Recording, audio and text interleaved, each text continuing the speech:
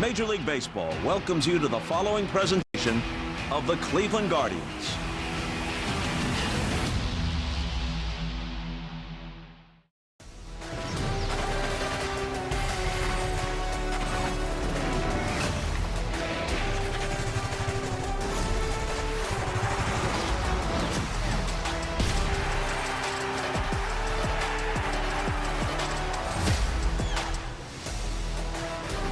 If you're like me and you like to live dangerously, live on the edge once in a while, you've probably plunked down a few dollars to ride the Ferris wheel at your county fair only to get stuck at the top. That's where the Guardians are right now. They're in first place, but they're stuck. They can't get going offensively. It's game 3 of a 4-game series between the Guardians and the Royals. Guardians TV presented by Progressive. Hi again, everyone. Matt Underwood alongside Chris Jimenez. Both Cleveland and Kansas City have been streaky here in the early going this year. The Royals recently lost 9 out of 10, and they bounced back to win 9 of their last 11 immediately. Cleveland lost a season-high 4 in a row, win 3 straight. Now they've lost their last 3. Chris, this offense on paper doesn't look much different than it did a year ago, but we seem to be more kind of caught up in what's wrong with the offense so far this year. Well, I mean, the offense has been the major issue the last couple of years, to be completely honest with you. And you're going to get that when you have a lot of young players that are experiencing this level for the first time.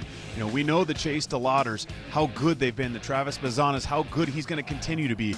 Let's talk this road trip just here, the first 2 games, 22 runs scored. The most important one here to me, though, is the walks. 14 walks in the first 2 games. That's forcing the opposing pitching staff to come to you. Now you look at the last 3 games, so an extra game here, and cut the walks in half. You cut the runs more than in half after that. These guys have to get back to hunting the heart of the zone, forcing the opposing pitching staff to come to them as opposed to, expanding their strike zone and trying to make things happen. You have to let the game come to you. I think what's really interesting so far about the Guardians offense is that, the struggles have been there just as they were a year ago. But 2 of your most consistent offensive performers have not shown up this year. Steven Kwan and Jose Ramirez both mired in prolonged slumps. Hopefully those 2 guys will figure it out soon. Tonight is a scheduled day off for Steven Kwan, so he'll be out of the lineup. Angel Martinez will be leading off in his place. When we come back, Kaylee Griffin joins us to talk to the Guardians' super utility man, Daniel Schneemann, straight ahead. Cleveland Guardians baseball is brought to you by Progressive Insurance. Step up to the plate for savings. Visit Progressive.com. By your local Toyota dealers. Toyota, let's go places. And by Elk & Elk. For a team of injury lawyers dedicated to every client every day, call 1-800-ELK-OHIO. Freshly made, always available every single day. Back here in Kansas City, a chilly night. It'll be pretty brisk at game time as the Guardians and the Royals get ready to square off in game 3 of this 4-game series. The Guardians falling below 500 last night at 18-19 now on the year, and the Royals are creeping up on the 500 mark as they come in at 17-19. Let's check it now with Kaylee Griffin. We were talking in the open about the Guardians' offensive struggles. One of the real bright spots this year has been Daniel Schneemann and his versatility. There's no question about it, Matt. He is really the ultimate utility guy for this team. Last night you saw him at shortstop. Tonight he'll be at second base. You can find him at third base or in the outfield as well. It certainly requires a unique skill set, and I had a chance to catch up with Daniel earlier to ask him what goes into his day of preparation depending on where he might find himself on the field that evening. Wherever I'm playing that day, I just try to take all my reps at that position. So today I'll be getting all my pregame work in at second, and the day before that in center. I try to get all my work in there. And yesterday was a tough one because I haven't played short very often, but we had all that rain come in, so I actually wasn't able to get out to shortstop before the game started. So I was a little nervous out there, but I told Manzo to throw me a couple hard ground balls in between innings to get me ready. So just before games, I try to get as many reps as I can at whatever position I'm at. It's interesting to hear what goes into that preparation, especially when weather is a factor. But the Guardians are also in a stretch of 13 straight games. So I asked Stephen Vogt how important Schneeman's positional versatility becomes. And he said, Schnee brings us so much value. He allows us to give guys nights off, but now it's hard to find him a night off because of the way he's playing and his ability to go everywhere. He also said Schneeman's in a better position physically than he's ever been in his life, and it's showing. And guys, that versatility will certainly be on display once again tonight. It's the best part about it. You get a guy that can play so many positions. You got to bring a lot of gloves to the field, and you never know which one you're actually going to use that day. So it's nice to see and hear, that nice routine that he's created for himself. I like hearing the fact that even this is his third year in the big leagues. I was nervous. Yeah. I didn't get a chance to get out there and take ground balls last night. I was nervous. That's a real thing. Well, he's ready to go tonight. We'll see if the Guardians can get back on the winning track. We'll see Jose, Bobby Witt, the big stars are coming out next.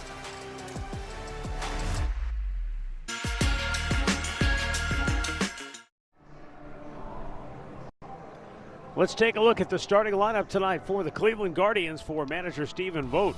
With Stephen Kwan getting a night off, Angel Martinez will move into the leadoff spot, and Chase DeLauder will DH batting second. Then Jose Ramirez hits third. Rhys Hoskins and David Fry, a couple of right-handed bats back-to-back. Then Daniel Schneeman, followed by Brian Rocchio, Austin Hedges, and Petey Halpin. The speedy center fielder is batting ninth. Well, the Guardians will be facing Cole Reagans tonight, who is a very quality left-handed starter. You can see the numbers there. Don't let the face value numbers fool you. This guy can dominate a lineup at any moment in time. He's done a lot better this year against righties, a little bit more of a reverse splits, reverse platoon type pitcher. We're underway. The first pitch is called a ball, and immediately a challenge on the first pitch of the game by Elias Diaz. Home plate umpire Edwin Moscoso challenged by Diaz on the first pitch of the game, and Balls overturned. Kansas City retains the It's going to be one of those nights. Elias Diaz is on point. ABS powered by T-Mobile, and we're underway. Well, you will see Reagans throw a ton of four-seam fastballs, really lives off that fastball. The knuckle curve, as you just saw there, he'll mix in as well as some nice changeups. Changeup probably his best secondary pitch to right-handed batters. Game time temperature tonight, 61 degrees. I don't know where they're getting that from. In somebody's dreams, it might be 61 degrees. 0-2 pitch from Cole Reagans, and Angel lays off. It's low. Martinez 1 for 5 in the series with the double. He's been swinging the bat well last 12 games, a .286 batting average. And the 1-2. Fouled right back.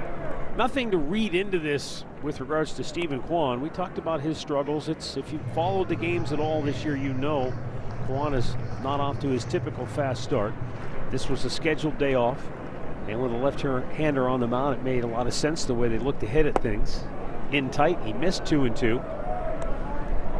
But physically, nothing wrong with Kwan. It's just he's in a funk right now offensively. It's okay to give guys mental days off like that every now and again, especially against a tough lefty. Angel takes it low, and a really good at bat for Martinez in a full count.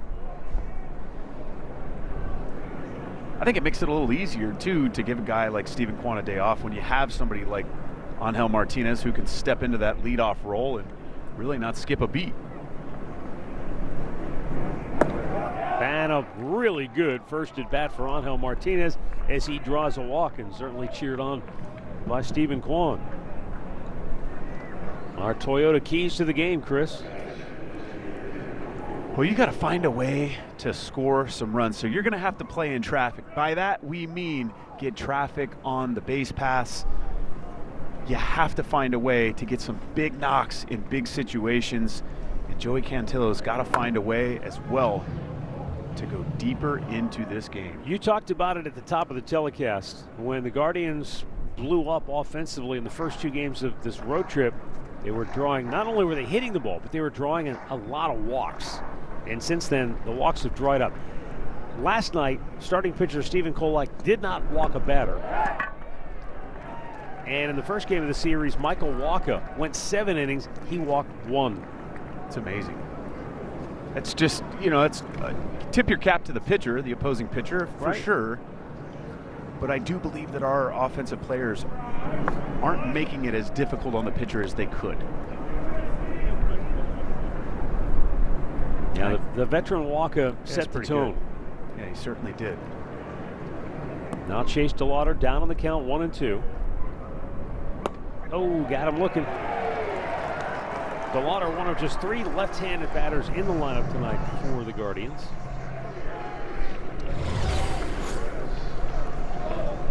Well, we talked about him utilizing the fastball. That's 97 painted on the outside corner. The Guardians are a left-handed hitting heavy lineup and bench, so you have to play somebody. They have 4 left-handed bats that are on the bench to start this game tonight. Jose Ramirez just 1 for 8 in this series and 5 for his last 35 overall. It's been a very uncharacteristic start to the season for Jose in the sense that right-handed this year, he's only hitting 182. And again, very early, small sample size, but still.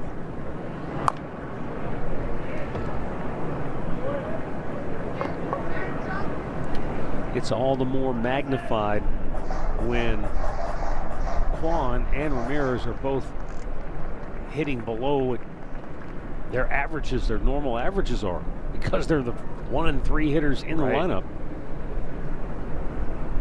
But if you look at it again in a positive light, you've hung around 500 and your 2 best offensive players haven't really gotten going yet.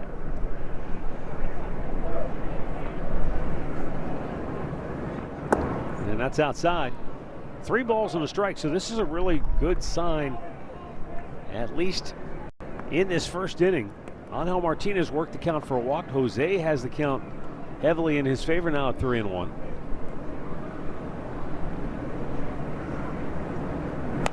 Oh, clip that foul. It's amazing to think he can not only do that from the left side, but the right side as well. It's quick hands.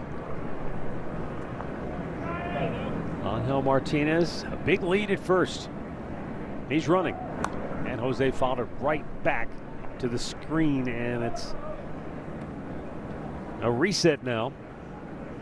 I think this is something that doesn't get talked enough about, Chris. It's easy to talk about strikeouts. People love to talk about strikeouts. Strikeouts are up. Guys are swinging for the fences. Too many strikeouts. On and on and on. 3-2. And that's ball 4. Another good at bat for the Guardians. But here's my point. That's focusing on the end result, which that's fine. But how do we get to that end result? I think a lot of times what I've seen this year from Guardians hitters, and maybe this is just a phase you go through as a hitter, when they've gotten their pitch, Jose Ramirez, you just saw it, 96, fastball, center cut right there, what he usually does damage with, fouls it back. Timing's off. So when they're getting their pitch, yeah, there may be some strikeouts at the end, but too many times when they've had their pitch, and you might only get 1 in an at-bat, they're missing it, they're fouling it off. And that's the part that's so incredibly hard about hitting. I mean, you may get the pitch, you may put a good swing on it. As Reese is just a hair late on this. But that doesn't necessarily guarantee you're going to hit a ball or put a ball in play. Bet365 betting odds, Hoskins' big 3-run homer. His only hit in the series.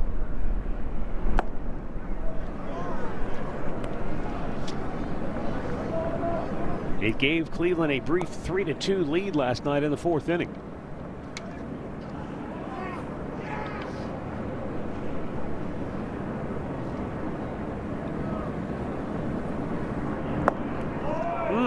Close one. And a good take by Hoskins.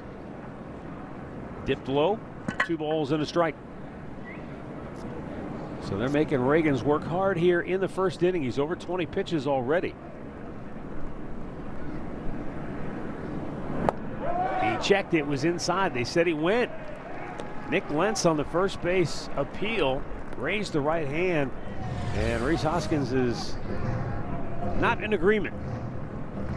He felt he checked. Certainly looked like he did check. It was close nonetheless. And I don't know if you saw this, but in the PCL, Pacific Coast League AAA, they implemented a check swing ABS challenge. Yesterday, I believe, was the first day. The 2-2. And he strikes him out. So the big check swing gets Cole Reagans back on track. Helped him out immediately. We talked about how he's going to utilize the fastball. That's 98 on the inner part of the plate. Very difficult pitch to get your barrel to, full well knowing he's got a breaking ball and a changeup. And when you're executing like that, hitting can be extremely tough. So 2 on and 2 out, and here's David Fry. Fry, a 2-run homer in the series opener. That gave Cleveland an early lead, but they were unable to do anything else against Michael Walker.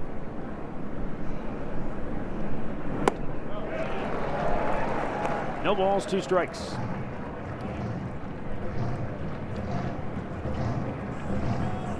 There has not been a ball put in play in the inning. And the 0-2, fouled right back. He reached back for a little something extra, 98 miles an hour, and Fry did well just to get to that. Look how high that pitch was. Against Reagans, you almost have to have the reverse approach. Normally you don't tell a hitter to attack the top part of the baseball, but he loves to live in that top quadrant.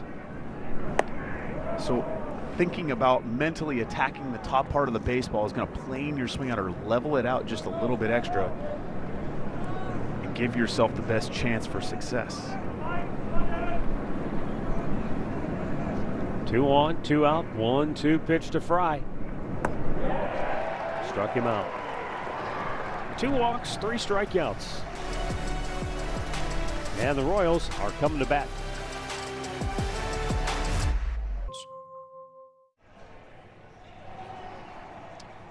Well, on the mound for the Guardians tonight is Joey Cantillo, the young lefty. You can see there on the season making his 8th start. Very nice start to the season for Joey. We've talked about this at length in the past in Joey's starts. It's so important for him to get strike 1, but he has to be efficient tonight. That's the key. Find a way to go as deep as you possibly can in this baseball game. Again, one of the most aggressive teams with the first pitch swing percentage in baseball. Michael Garcia leads off for the Royals. Hitless in the series, taking a first pitch strike from Joey.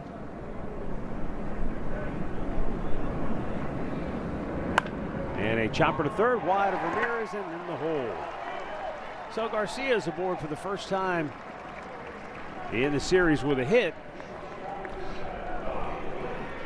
He led off last night's game with a walk and scored one of their 2 first inning runs. As you look at the rest of Matt Quattro's starting lineup for Kansas City, the right-handed bats are everywhere. Vinny Pasquantino is the only left-handed bat in there. Elias Diaz getting the start behind the plate, batting 9th. Starling Marte's first appearance in the series as well, out in right field, the veteran, batting 6th. Bobby Witt takes inside ball 1. Bobby Witt, a first inning double last night. 2 hits in the ball game. 11 times he's had a multi-hit effort this year. Garcia with a big lead had Cantillo's attention, and now we've got a challenge from Austin Hedges. Katzer's challenging the pitch. It was called a ball. Hedges thought it was a strike, and it is. Call to return. Cleveland retained the challenge. So Edwin Moscoso has been overturned twice here in the first inning. And now it's 1-on-1 for Bobby Witt.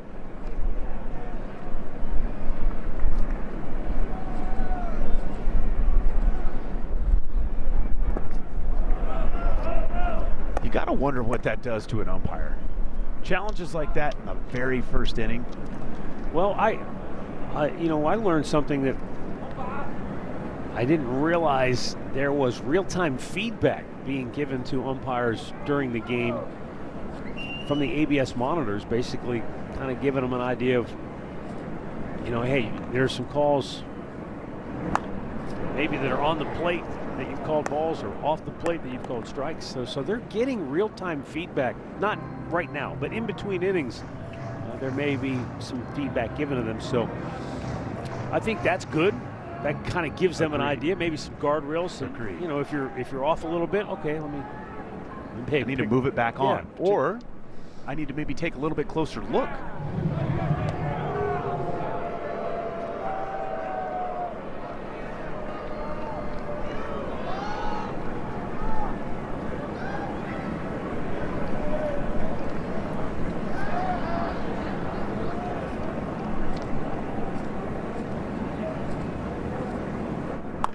Ground ball to Jose. There's one on the turn. They get him at first base. What a job by Daniel Schneemann in the pivot. Took the throw from Jose Ramirez, and he got it over there in time. 5-4-3 double play. This is two elite base runners here from a speed standpoint. Give Daniel Schneemann a little bit of credit. Was at shortstop last night, second base tonight. Probably even has a different glove for both of those positions. Needless to say, was able to make that nice, crisp turn. A high pop-up. And here's Schneemann again, backpedaling, circling under it. Now called off by David Fry. And the right fielder has it to retire the side. We've played an inning in Kansas City, no score.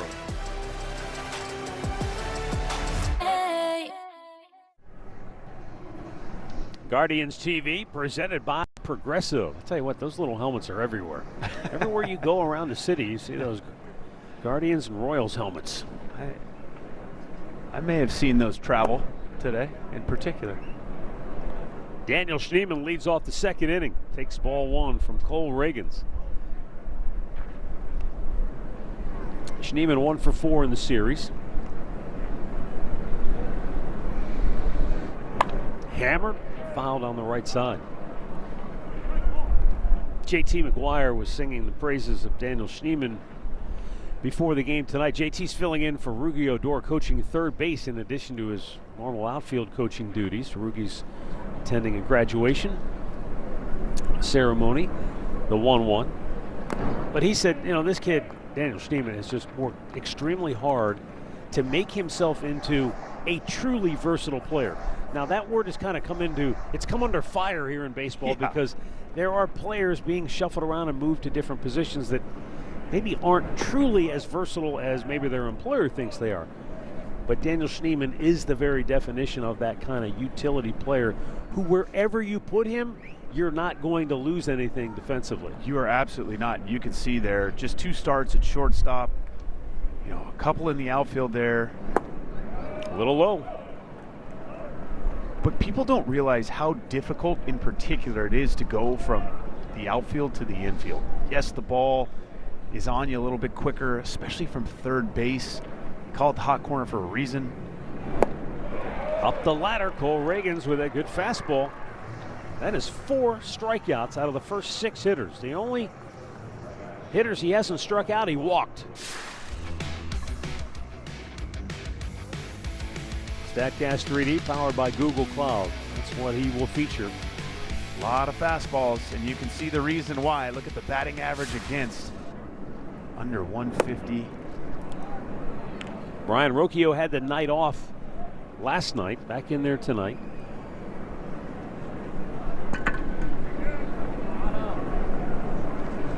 Not only is it good, though, to give guys nights off from a physical standpoint, but it's a good mental break as well. A long grind of a season. It's good to sit there, have some conversations with your teammates. It's a different perspective, right? It is, very much so. You may pick up on something that you don't necessarily see when you're in the game.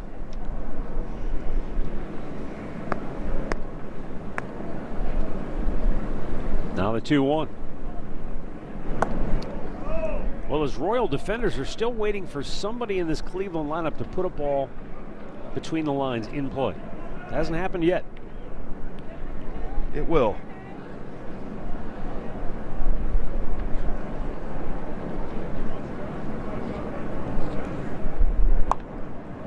to the right, out of play. It's funny when you look out there, you see every defender is literally just standing rigid. Now, as the pitch starts heading towards home plate, they'll drop down into the ready positions, but these guys look bored out of their minds right now. Well, let's hope that comes back to bite them. The payoff. There's a ball in play. Deep left. Collins back. He's got it. 2 down.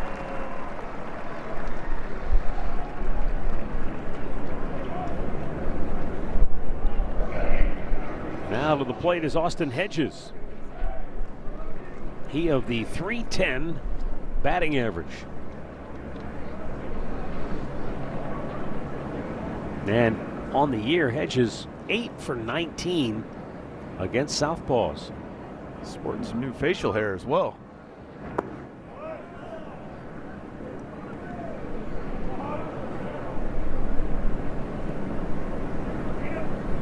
Sometimes, though, you know, that might not be the worst thing.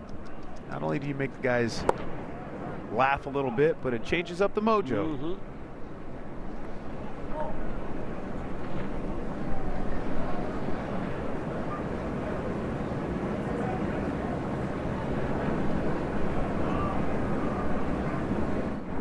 Now, my question to you is that something that you want to show up to the clubhouse looking that way, or do you want to go into the clubhouse, into the bathroom, shave yourself, and then come out of the bathroom and show it off? I certainly think either one of those could be in play in a situation like this. If I was to do something like that, I would show up with it like that. To me, means a little bit more. It means the thought process happened outside of the ballpark. 3-1 the count as Hedges asks for time and steps away.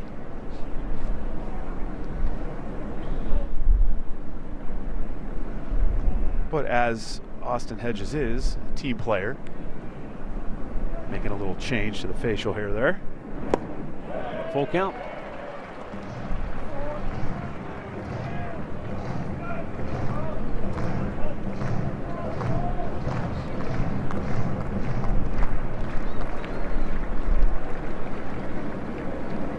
Reagan's with the payoff pitch. Into center field, moving over toward right is Lane Thomas, and the Guardians go 1-2-3. No score, middle of the second. Ace is the place with the helpful hardware, folks. Join the Guardians for the 4th annual Asian American Pacific Islander celebration, presented by Nestle on Tuesday, May 12th.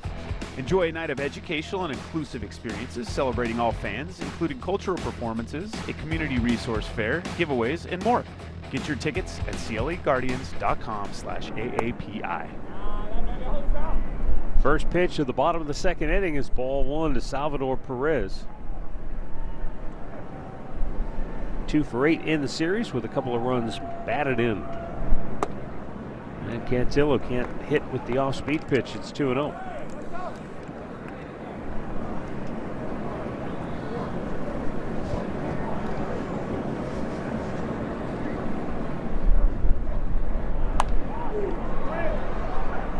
That's out of play.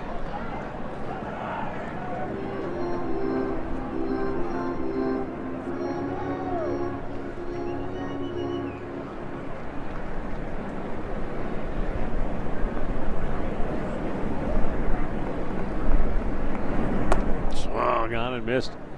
Good pitch right there. Nice changeup. Sells this by the arm speed. Nothing changes. See Sal way out in front of that pitch. Really good execution of that changeup.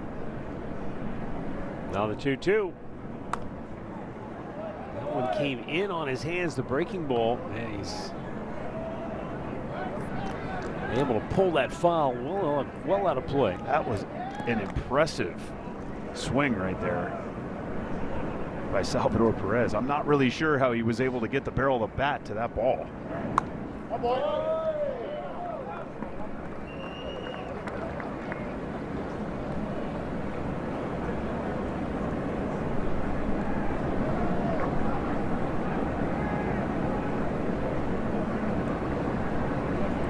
Salvador Perez's first year in the big leagues was 2011.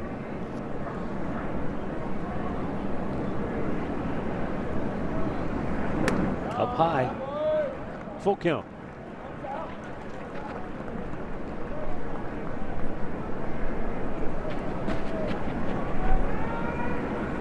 He's been a workhorse. He's only missed one season when he had the elbow injury back in 2019, and that pitch missed low. First walk issued by Cantillo. Really good at bat for Perez. Not a guy normally prone to taking a pitch that close in the strike zone. That's certainly true. But he showed me that at bat. He was on the changeup, had a couple of different passes at it. One time he swung through it. The last foul ball there, though, was on it, on the breaking ball. Vinny Pasquantino let her rip on the fastball and fouled it back.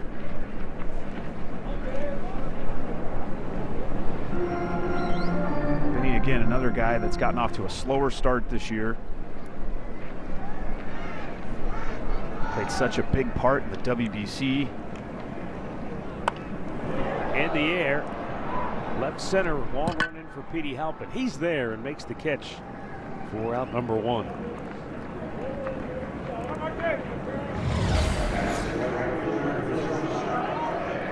Well, that's not something I know much about, is running so fast that your sunglasses fall off. Yeah, he's got them on just in case, but the sun has pretty much receded. Maybe a little strip of sunshine in deep left center, but for the most part, there's a ball blooped to right. That'll drop. On his way to third is Sal Perez. That's the perfect ball for him to go first to third on. Royals at the corners with one out. Starling Marte, the veteran, he just punched it over there.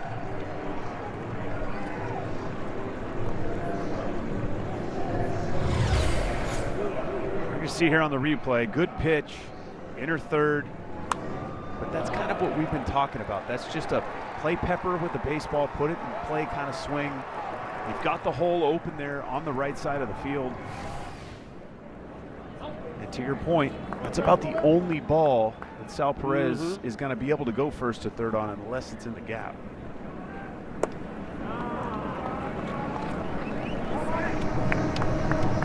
Isaac Collins was all over the bases last night, 3 for 3. Single, double, and a homer.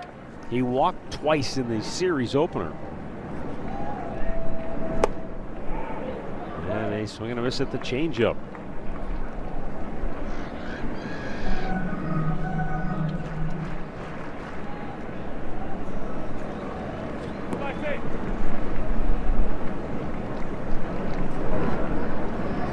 Infield in for the Guardians as the pitch is outside.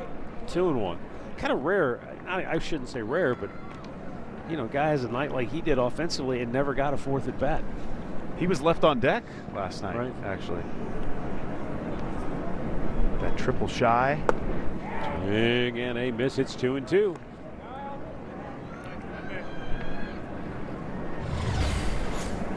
This is what makes Joey so difficult to hit. The changeup, yes, the speed differential between that and the fastball, the arm speed, the sell of the arm speed, but he can turn that changeup over and get it to both sides of the plate. Ring him up. Collins just watched it go by. 2 down. First strikeout for Cantillo. This is getting after a breaking ball right here, too. After Isaac Collins had seen a multiple amount of changeups, Joey gave him a little different look there with the breaking ball. And you can see there, 118 average against with runners in scoring position, pretty impressive. Austin Hedges challenging the ball call. Catcher challenges pitch. Edwin Moscoso called it a ball. It's a strike. He has been overturned 3 times now on the night.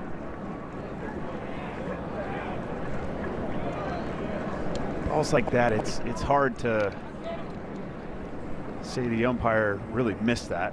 I mean, we're talking about less than a quarter of the actual baseball in the zone there. But give Austin Hedges credit.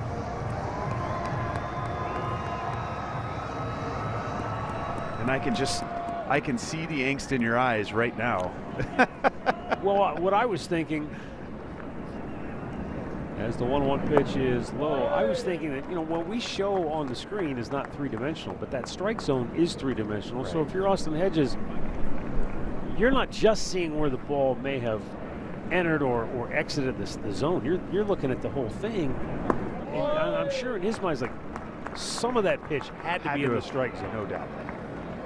It's when it's that close on the corners, on the bottom, the top, the sides, you're guessing.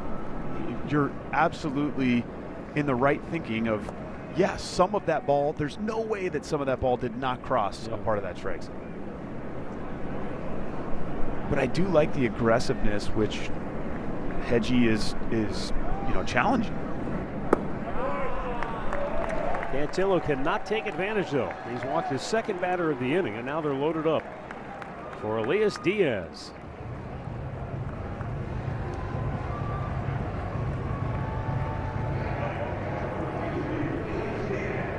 And again, you think back, Diaz is here because Kansas City moved Freddie Fermin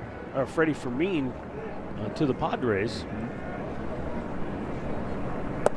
And they got pitching in return, so it was a good move for Kansas City. Diaz is what I would call stout. Would you say he was 220? That's what they list him at. You and I both think we're going to throw the challenge flag on that. Yeah, I would. If that 220 hits me, you can just send flowers. Big man, the 1-1.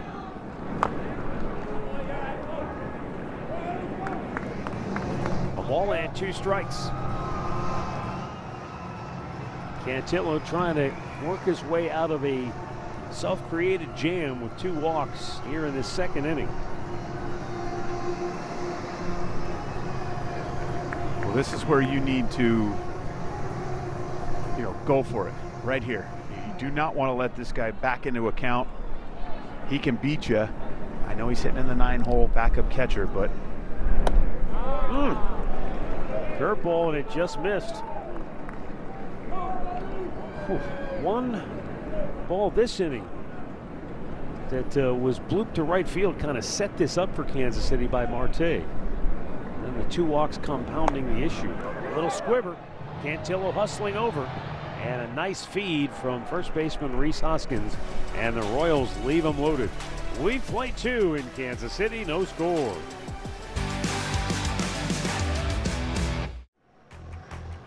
enjoy Guardians baseball fee-free. The Guards take on the Angels next week. Purchase your tickets today and pay 0 ticketing fees. This special offer is only available through 11:59 p.m.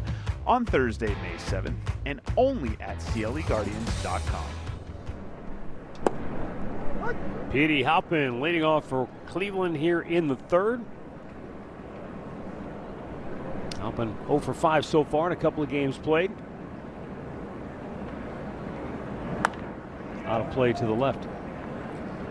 You know, you think back to spring training and as the roster was being put together, there was so much talk and focus on Stephen Kwan offering to play some center field. And, you know, a lot of that was born out of they didn't really have a true center fielder. Well, this guy is one. Petey Halpin defensively is a true, pure center fielder. He can fly. He can go get them.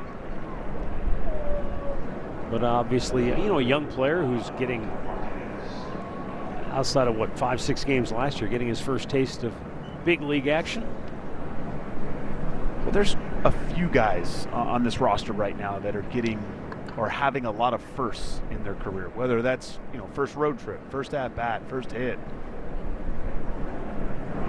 Well, you're not kidding. Think back to Chase DeLauder's debut in Seattle and Travis Bazzana now getting, you know, his major league debut.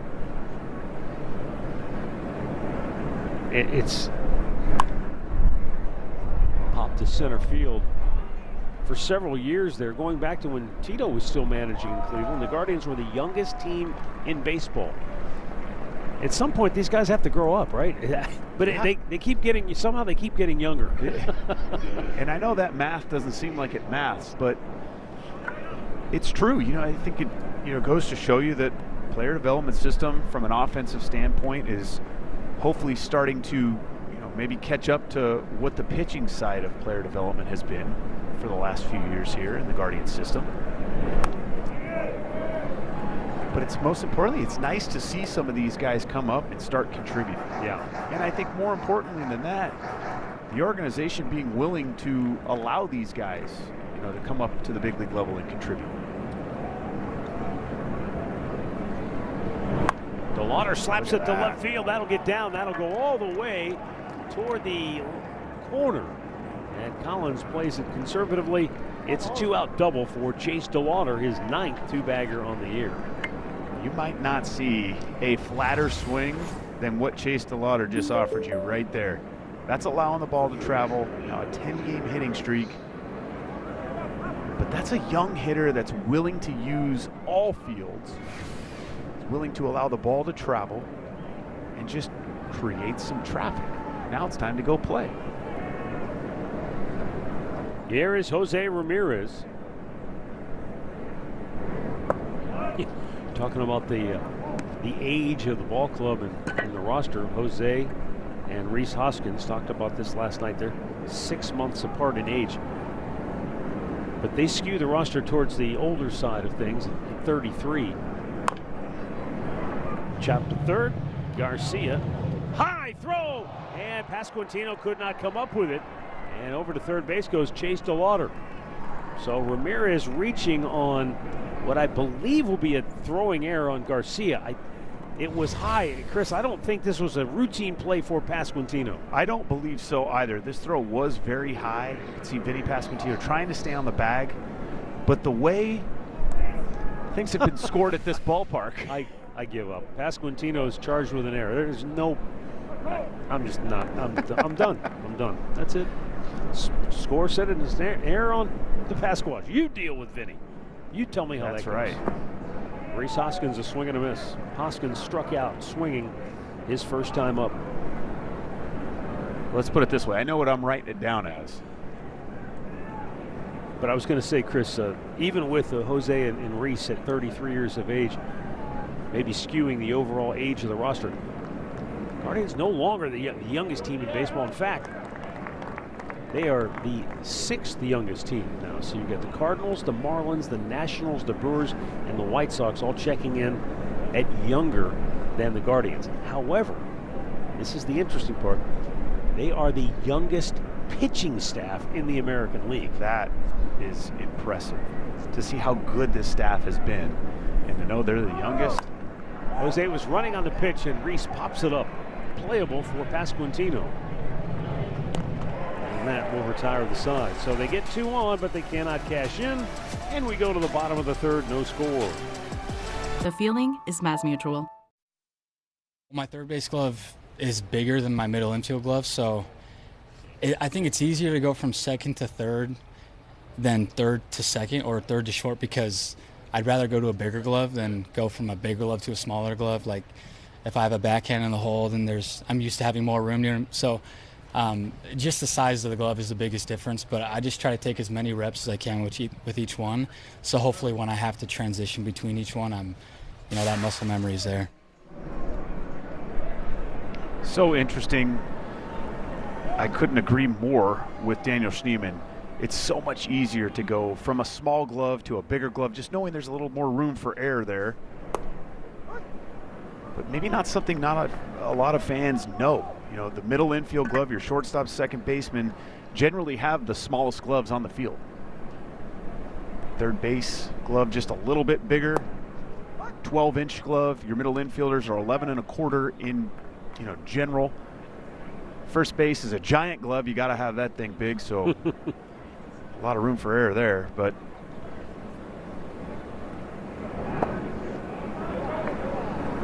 down in the dirt, 1 ball, 2 strikes for Michael Garcia. the nice part, at least, about being in the big leagues, you don't have to carry your own bag. those bags get heavy when you got 5 or 6 different gloves in there. Yeah, but you have to be responsible That for is true. keeping them broken in. That ball shot toward the gap, cut off by David Fry. Garcia thought about it, and now he'll have to quickly retreat back to first base as Rocchio took the throw from Fry and relayed it quickly over to Hoskins. So a leadoff single for Garcia. Well, good job by David Fry here, getting this ball in quick, good accurate throw, allowing Brian Rocchio to at least attempt the back pick there at first base. Good communication as well on the middle infield, letting him know, got a big turn, take a shot, take a shot. Now Bobby Witt. We have an official scoring change. Oh, do we? Yeah, take the error away from Vinny Pasquantino last inning and give it to Michael Garcia. That's what I wrote it down as. No, what do you call it? White out or correcto tape needed if you mark it down the right way first. It was a high throw. I'm not sure how, on what planet that's his error. It is no more. Bobby Witt looks, it's outside. Witt grounded into a double play. His first time up. He is not an easy guy to double up, even as a right-handed batter.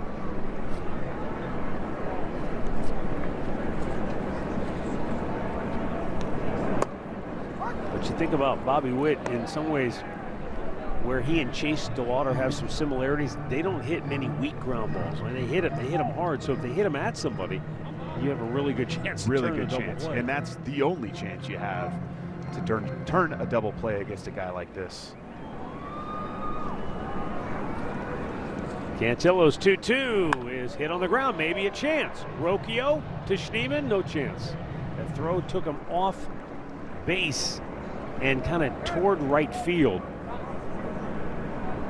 I think Rocchio, Chris, might have been hurrying the throw, thinking I've got to get rid of it quickly if we want to have a chance in a double play. Might have pulled the throw just a tad.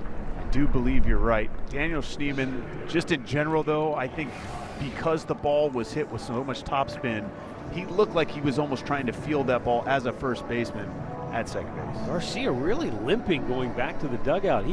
He slid so early. I don't know if he hurt his knee or if it's just a good old-fashioned strawberry. But he's stuck in the ground a good 10 feet shy of the bag, and he was hobbling going into the dugout.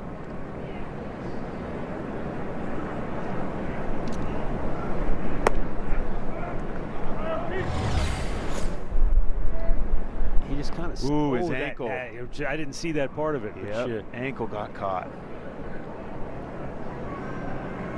That right ankle, when he initially went down, stayed underneath him.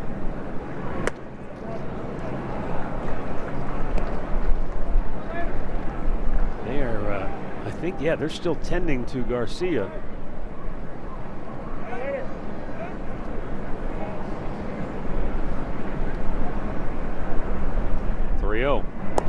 In there for a strike. Garcia already 2 for 2 on the night. And remember, folks, Jonathan India lost for the season with a shoulder injury.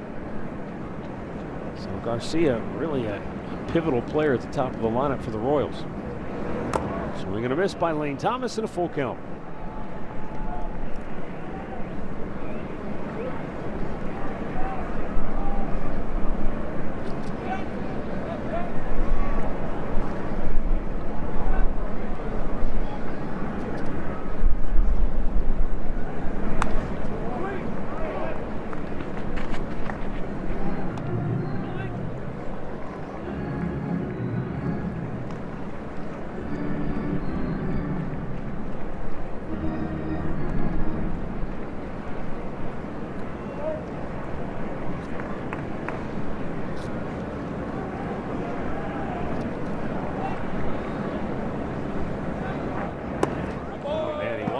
Third walk issued by Cantillo.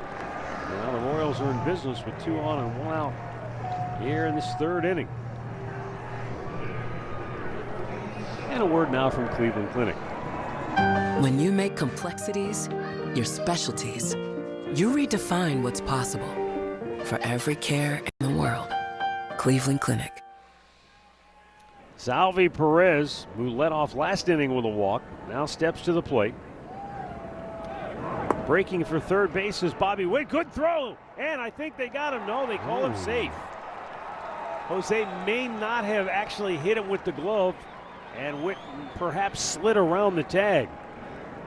They're going to take a look. The Guardians are checking to see if this is a play they can challenge. I think he's out anyway, though. I think his foot came off. He may have initially got the hand in there. This is really close regardless. See that swipe? I don't know. Right there is what I'm thinking. Guardians will not challenge. It was very close. But Witt, watch him pull that left hand back. Otherwise, he'd have been a dead duck. Perez pops it in the air.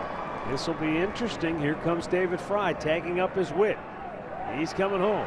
Fry's throw to the plate is offline, cut off by Rhys Hoskins, and it's 1-0 Kansas City. So that stolen base paying big dividends for the Royals as they grab the game's first run. Well, that's what aggressive base running will do for you in a situation like that. Bobby Witt, one of the fastest base runners from a foot speed standpoint, but very aggressive base runner as well. Now Vinny Pasquantino.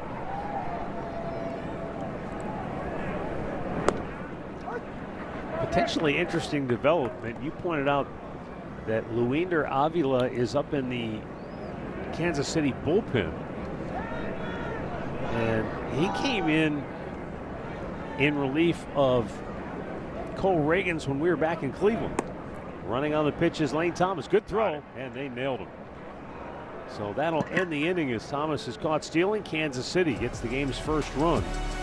They lead 1-0. Now through May 6th at the Home Depot. So a very interesting development as Cole Reagans did not come back out here for the fourth inning. Instead, Luinder Avila, and he is the guy who came in for Reagans when Jose Ramirez knocked him out in Cleveland on that comebacker to the mound when he took it off of the thumb. But there was no indication that anything was wrong with Reagans as he pitched here tonight.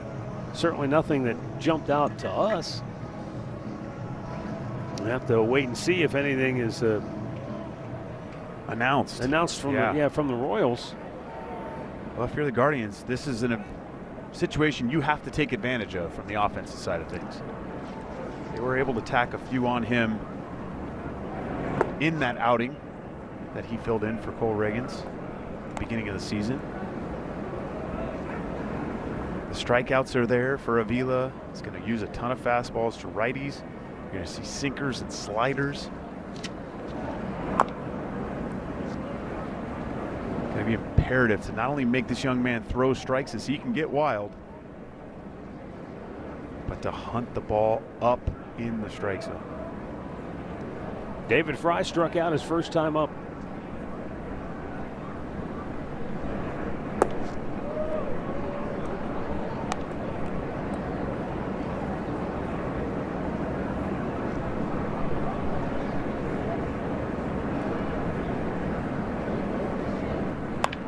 In hard to third. Garcia. He was able to stay in the game. Well, this is back in Cleveland. This was an April 8th. And he took that smash up the middle, hit him on the pitching thumb. That was a telltale sign that the first pitch probably wasn't going to stick around long.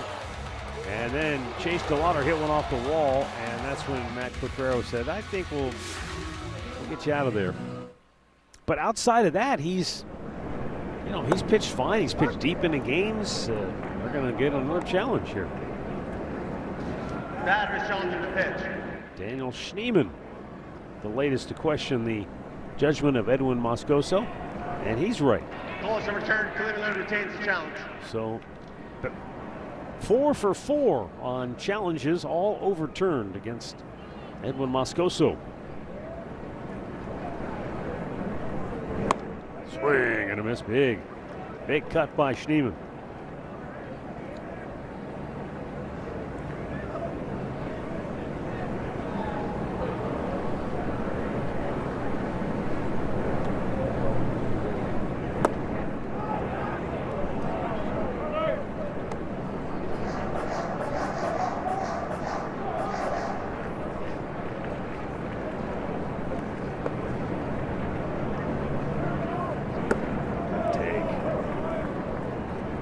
Yourself in an extreme advantage count.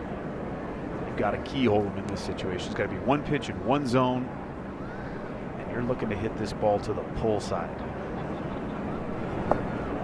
And it's ball 4. Guardians have a 1-out base runner here in the 4th. That's going to bring up Brian Rocchio as we take a look at our Hyundai in the driver's seat. Rocchio doing a good job of putting that ball in play. Both he and Chase Delauder on the leaderboard. Very impressive, too. Big earn, though. He's running away with the title. So far, yes. That is a very impressive stat. It's just not something you see a lot of anymore. With so much swing and miss just being so prevalent in the game today.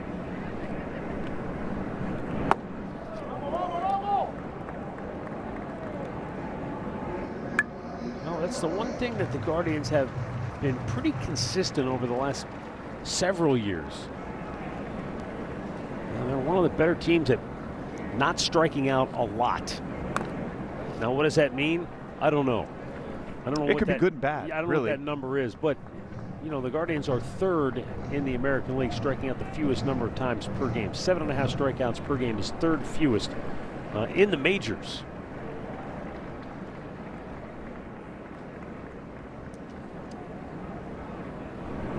And there's a chopper to second base. 1 and 2. That's exactly what you're talking about.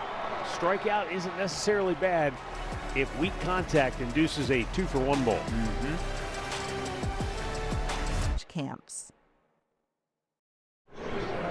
MLB Plus is new for 2026. Stream MLB Network 24/7 in the U.S. and select out-of-market games every week, plus live radio broadcasts of every game. Game Day 3D, Big Inning, and minor league action as well. Visit MLB.com/MLB Plus to subscribe now. Think those 3 kids are having any fun? 1-0 Royals lead it. Not a care in the world. Summer fast approaching. Swing and a miss by Pasquantino, and it's 1-1. Is there a better place to be?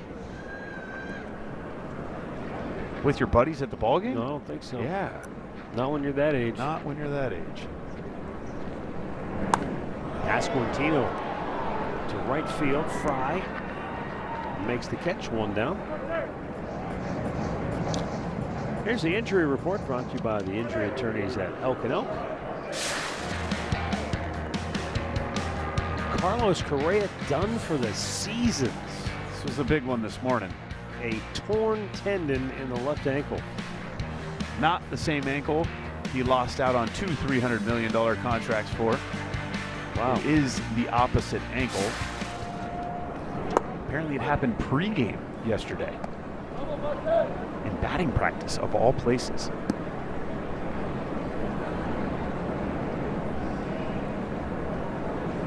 I actually heard some rumblings of the Astros. We just finished playing them in Cleveland and saw firsthand the amount of injuries that organization has taken on this year so far. Heard some rumblings of Anthony Volpe, the former star shortstop. Right field again. Fry moving over toward the line. Makes the catch. 2 down.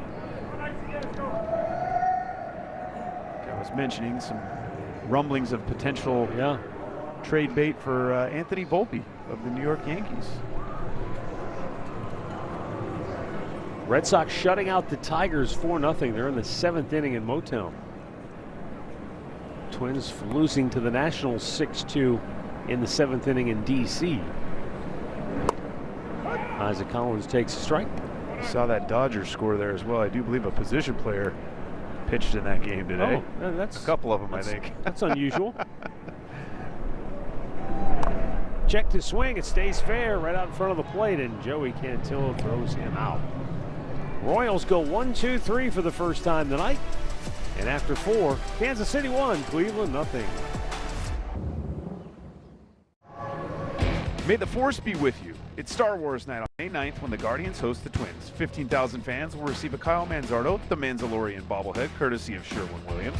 Plus enjoy Star Wars trivia, photo ops, and more. Get your tickets at cleguardians.com.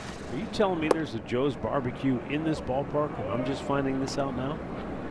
Well, if there is, apparently, I'm a little frustrated that you didn't find that out to tell me about. Somebody's going to have to answer for that one. And I know who it is. That's true. There it is. It's right there in right field. Well, we can't see it from where we're sitting in right field, but that's what they tell us. I don't care. What I'm seeing in front of me looks pretty darn good. You mean the chopped mystery meat that you ate earlier from the dining room doesn't add up to that, measure up? Not quite. Close. Pitch outside to Austin Hedges. Mystery meat is a good call, though.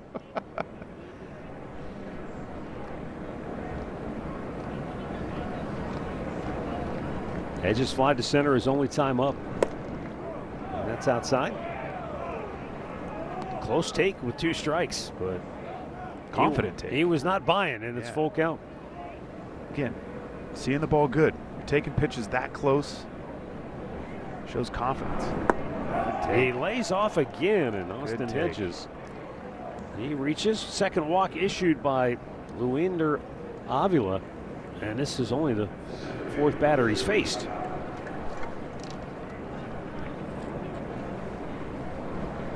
Petey Halpin, good wheels.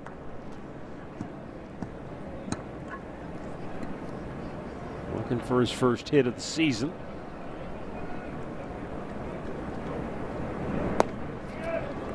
Swing and a miss at a 97-mile-an-hour fastball.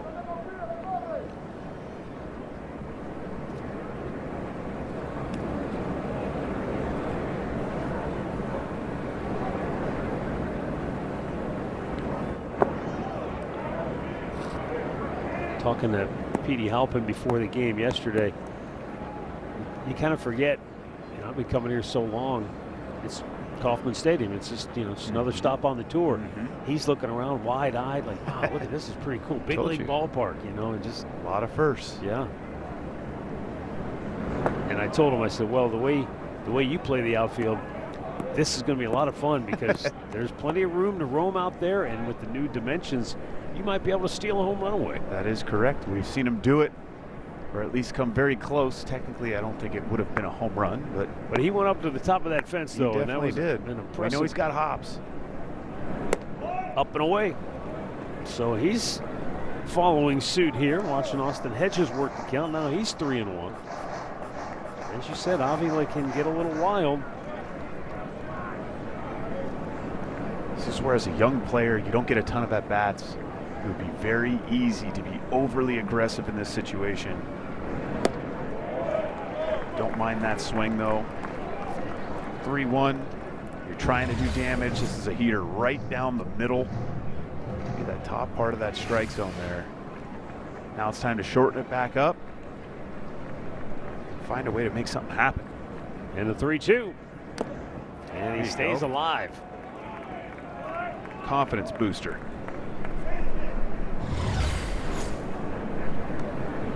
Get another fastball right down the middle. You can see that ball just kind of jumbling around in Diaz's glove.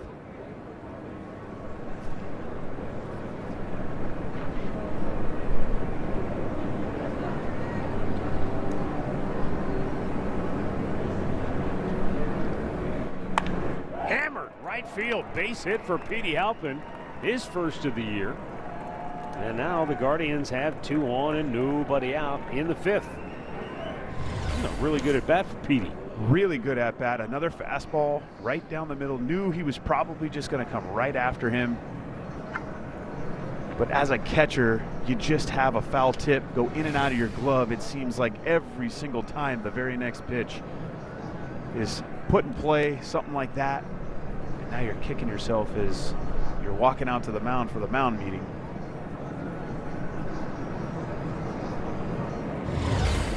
This was the play for Petey Halpin that he made in Sacramento. So again, he's at the top of the fence. It's not a home run because it's got to clear the yellow line way above that chain link. That would have been a home run. But still, it was a great catch. He timed it perfectly. And he had just come into the game. Yeah, I mean, it's the first ball hit to him. And yes. He's like, yeah, let me. Adrenaline's pumping. Let me show you my hops. Right in front of the smud. Here is Angel Martinez back to the top of the order. Royals pinching at the corners. He jabs a bunt and throw back to second, and Hedges is called safe. It was a delayed call by Vic Carapazza. He waited, and I'm guessing that what Vic saw was Witt's glove maybe go down short of Hedges' hand. Tagged him. I'm not sure he tagged him. I think he tagged the ground, but the Royals are challenging. Well, that angle right there certainly made it look like he potentially hit it, but I'm not sure he did initially tag.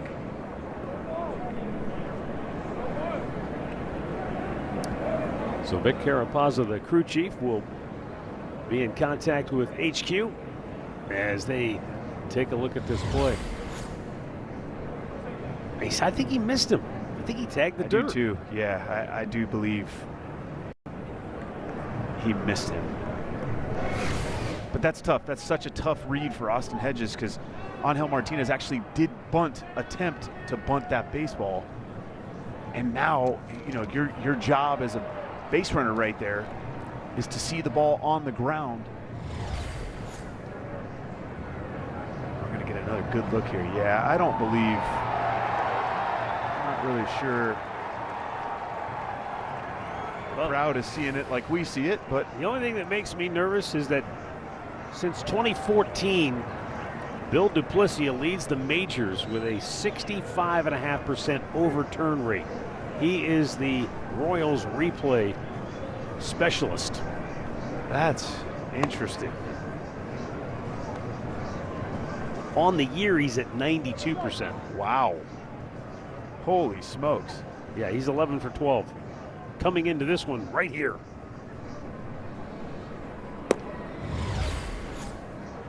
Well, let's hope he's 11 for 13. I think he tags the ground. Yeah, I don't think he ever him touched Austin Hedges. You know, we saw a look there where it looked like, and I think Bobby that's did a great job. That's why Vic Carapazza, I think that's why he hesitated. He was waiting, and did my eyes deceive me? I don't think he tagged him, even though the tag was ahead of the play. Right. The ball beat him. Stands. And as a catcher, that's exactly what you're taught to do. Any ball that is bunted through, it's an immediate back pick. Because of what I just mentioned, that base runner having to hang out there to make sure that ball's put on the ground. Only the second time this year that Bill Duplessis did not get a challenged call overturned. Now it's 0-1 for Martinez, not bunting, and he pulls it foul.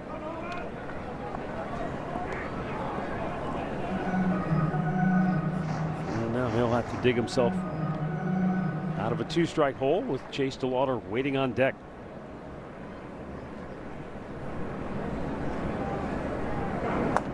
Wow, bat split.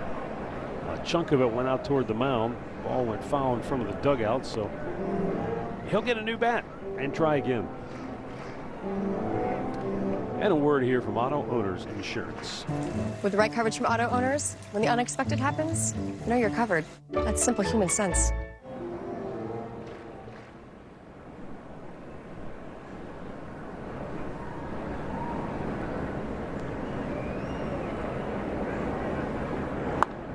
Yanked it foul.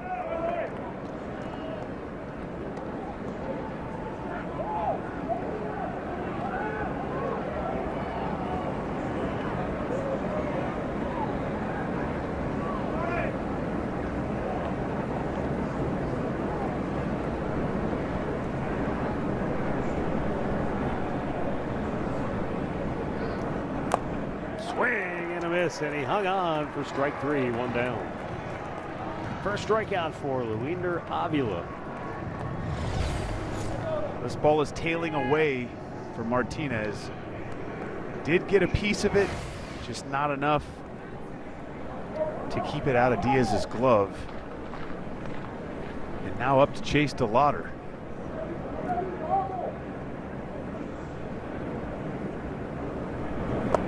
DeLauder takes the ball down and in.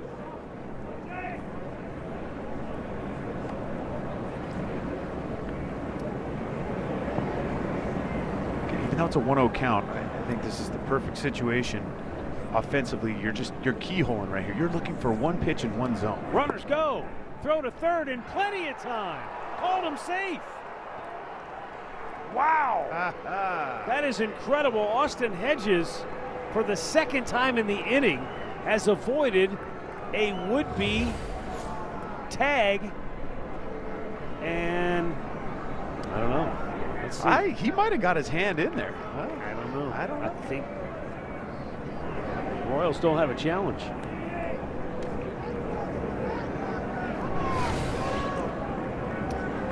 Boy, so the infield is in after the double steal. And Chase DeLauder with a 2-0 count signals through the left side of the infield. That'll get Hedges home. Here comes Halpin. Throw to the plate. Forget about it. You're not going to get Speedy Petey. And it's 2-1 Cleveland.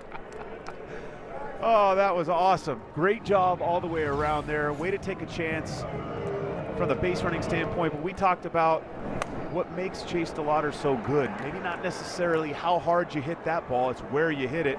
But with the infield in, as you mentioned, a lot of room for error out there. Petey Halpin does a great job of getting a great secondary lead. It's never a thought to hold him up at third base.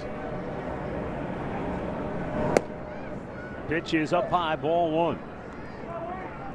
You know, that's the one thing that we've come to really enjoy and admire about JT McGuire, who's filling in at third base coaching for Rubio Odor tonight. And JT, he's prepared for any role they throw at him. He's like the very definition of a versatile player as a coach. The Daniel Schneemann of the coaching staff. Daniel Schneemann. That's what he is. He is. Ramirez rocks it foul. Again, very unheralded coach on the coaching staff, and does a lot of work behind the scenes. Unbelievable job with outfielders, and especially in just knowing how many guys he has to work with that maybe aren't necessarily strictly outfielders.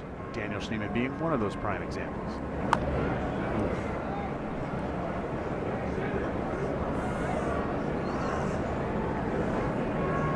But that is the true definition of a pro. Never complains. You need me to go coach third? I got you. Well, you know, he told me it just point blank. He said, look, I'm prepared so that no matter what they ask me to do when I show up to work, I can do it. And that may sound like pro. That may sound like lip service, but no, I mean, it's not. He's truly ready to do anything. If they said, hey, we need you to go coach the hitters, okay. I got it. You know, we need you to be pitching coach tonight. He'd probably do that too. Jose's calf might not feel too hot.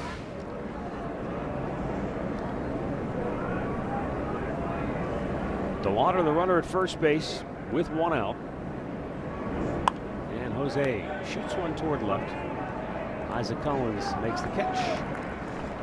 2 down.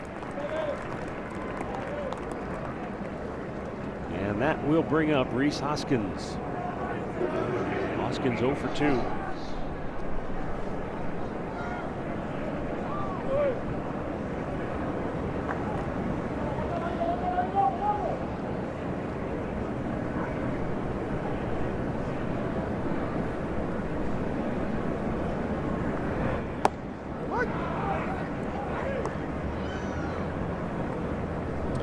I saw Rhys out in the bullpen today when Tanner Bybee was throwing his side session standing in.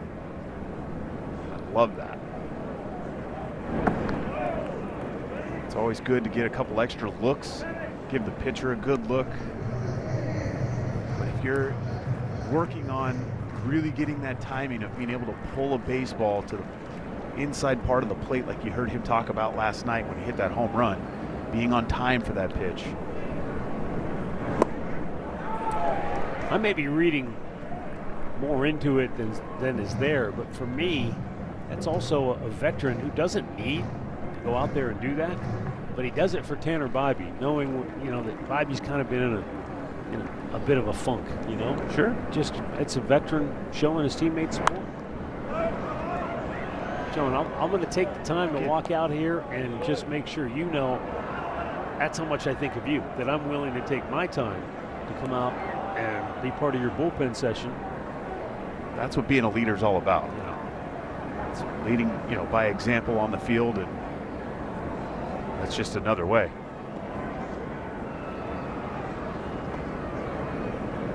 Because it's when things aren't their best that true leaders emerge and show who they are.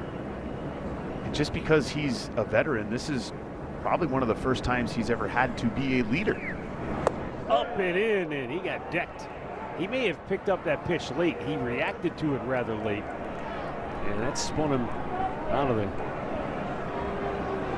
of his toe hold. But, you know, Kaylee talked to him after the game last night, and you know, I mean, he was pretty open about this is just a different situation for him. I mean, he signed late. It was a one-year deal, and he hasn't been the quote-unquote veteran leader on some of the teams. There have been guys already there who've done that.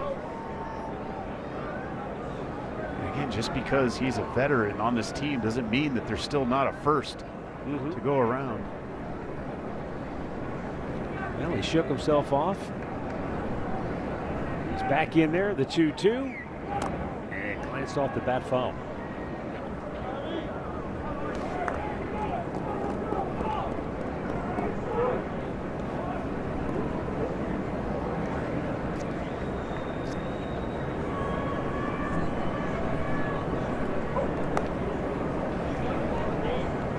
The offense has done a good job of making Avila work.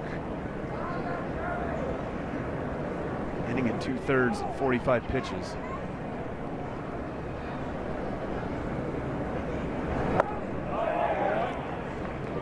Full count. That'll get DeLauder a head start. David Fry would be next. Action in the Royal bullpen as Avila is laboring. And it's chopped foul.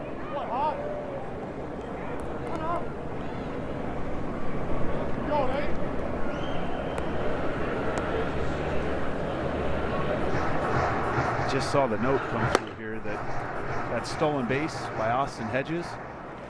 How many career steals do you think he has? 6. 3-2, runner goes, check swing foul. 6 would be a little high. So I took the over and I missed. Hedges' second career steal. The first one on April 9th of last year against the White Sox. Saving the best for last. Of third base, by the way. Third base is easier to steal than second. It's all in the stash. Runner goes, payoff pitch, upstairs. No, it's a called third strike.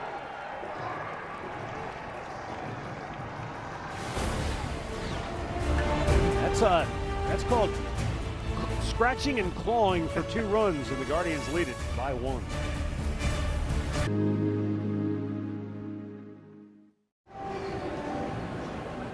Guardians on top as we go to the bottom of the 5th inning, and Nick Lofton will lead it off for Kansas City. He walked in the 2nd inning, his only time up. So your question, the way you posed your question about Austin Hedges was a little deceptive. It was, and I apologize for that. Because he does, in fact, entering play tonight, have 6 career stolen bases as a Cleveland Guardian. I should have never doubted you. But you were talking about steals of third base in particular. I was talking about steals of third base in particular, and I didn't do the best job of explaining that. And there is a pop to shallow right. David Fry is coming in. He's got it. 1 down. But you did mention But stealing third base is a little easier. It's a little bit easier, and I think the reason for that is, a lot of times pitchers. This is his first. This is the first career steal. Of third base on the front end of a double steal. They didn't even try to throw him out. That's right. I mean, when you got to jump that good. But I think in Hedgie's case in particular, you think, okay, non-base stealer out there, I don't necessarily have to pay as close attention as I would if it was Speedy Petey Halpin out there for you. But if he gets that extra step or two, that's right. And that's he gets all that it takes. Walking lead and just takes off, yeah. Here comes Speedy Petey once again. He's got it. 2 down. Back to the top of the order for the Royals and Michael Garcia, who is 2 for 2 on the night, 2 singles. And for a moment back in the 3rd inning, he looked to be in a lot of pain. But the training staff took a look at him on the bench and worked their magic, and he was able to stay in the game. Kind of awkwardly slid towards second base when he was forced out in that inning. Royals starting pitcher Cole Reagans left the game after just 3 innings. But still no word as for any kind of a reason that would have sent him to the showers so early tonight. And a liner toward left. Angel Martinez makes the catch. Really good pitching here from Joey Cantillo. He has settled in and retired 7 straight. USAA, taking care of our own. The Guardians will celebrate the 2016 American League Championship team on Friday, May 15th. Arrive early for special pregame ceremony featuring Jason Kipnis, Corey Kluber, Cody Allen, and more players. Plus 10,000 fans will receive a t-shirt courtesy of Phantom Fireworks, and all the fans can enjoy post-game Phantom Fireworks synced to the 2016 player walk-up songs presented by Century Federal. Get your tickets at cleguardians.com.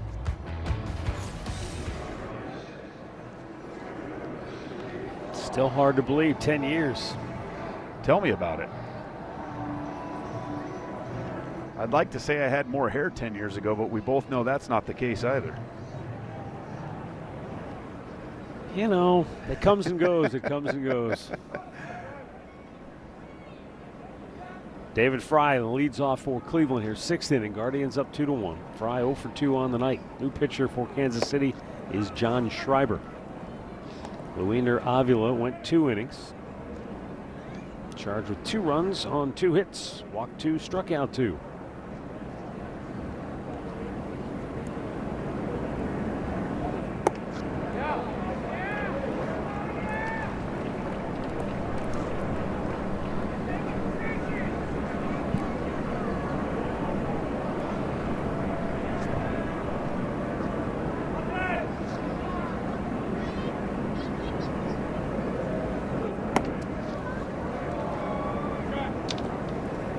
You can see the arm angle, Schreiber here, really low, 7-degree arm angle. Doesn't throw anything straight and gets a ton of ground balls. It's important to see the ball up against this guy.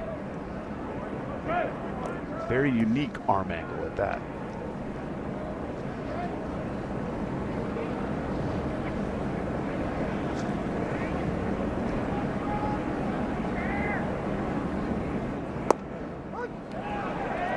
This is the 13th batter that he has taken to a full count this season. And on those full counts, he's given up a single, a double, a home run, 3 walks, and a hit batter. That's not good from his standpoint, no, because that's a .375 batting average, a .583 on base percentage, and an OPS of 1458. Make you feel confident at the plate. Yeah, David Fry is. He's in the driver's seat right here.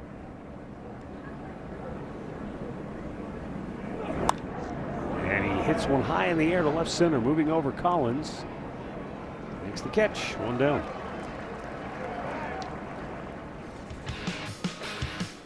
Back in 2016, the Cleveland Guardians unleashed their secret weapon, Chris Jimenez, out of the bullpen.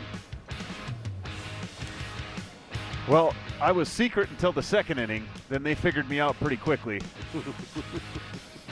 I was pretty proud of myself there. Good execution of something down in the strike zone. Daniel Schneemann fouls one off of his foot. Usually when a position player is asked to go into a game, that means the game is out of hand. There are different rules now in play than back then, but generally it's either an opportunity to add a little levity to a moment that's not so funny in the first. I did that. And then, there's no pressure on you, right? Nobody's expecting you to go out there. So if you go out there and have a quick 1-2-3 inning, everybody's kind of like they're laughing, they're joking, and they're saying thank you. You have to look at it like that. And I think the key is when you're a position player out there pitching, you're not a pitcher. So many times we see guys in that series alone. We had a position player go out in the 19-inning game and ended up missing the rest of the season because he needed Tommy John, because he went out there and he was trying to be a pitcher. He was throwing 91, 92 miles an hour.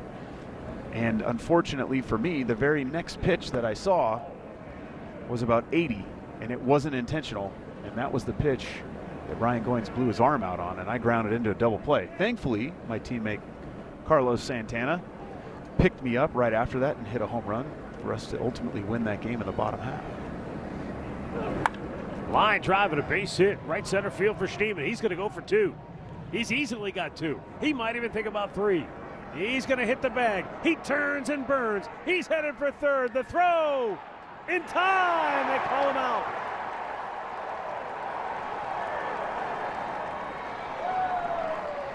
This is close regardless. And that's the perfect chance to take. They'll challenge, yeah. And with 1 out, you want to try to get yourself to third base right there. I do believe this is very, very, very close. Great tag. I think he's in there. You can see that hand up on the bag. I think he's in there. That's about as close to a tie as you're going to see, right? Where does the hand hit the bag? I think he's on the bag there. Great shot there by the guys. This one's interesting here.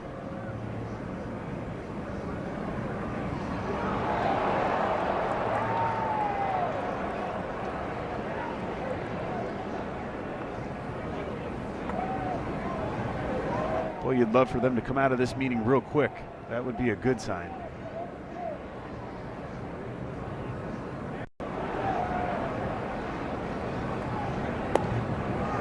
Royals challenged a close bang-bang play at second base earlier and lost their challenge, so they don't have any remaining. And with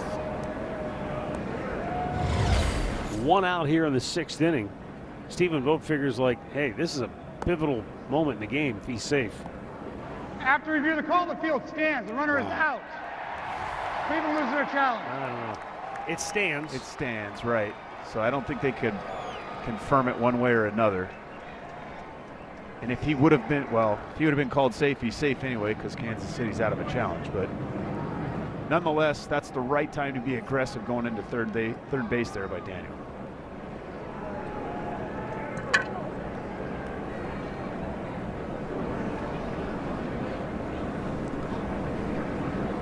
Two down for Brian Rocchio.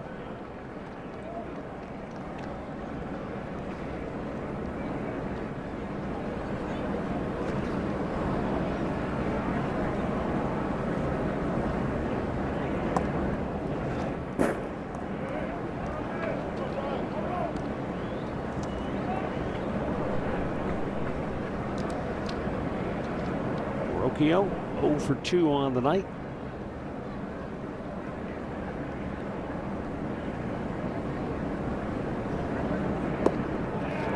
Kind of a weird looking swing. See that ball great. Usually when you see swings like that, it's the batter kind of predetermining, I think a fastball is coming in this situation and I'm going to try to get on it. Came back with the same pitch, the changeup, and I wouldn't be surprised to see him throw it again. He had a really funky swing. He barely made contact that time.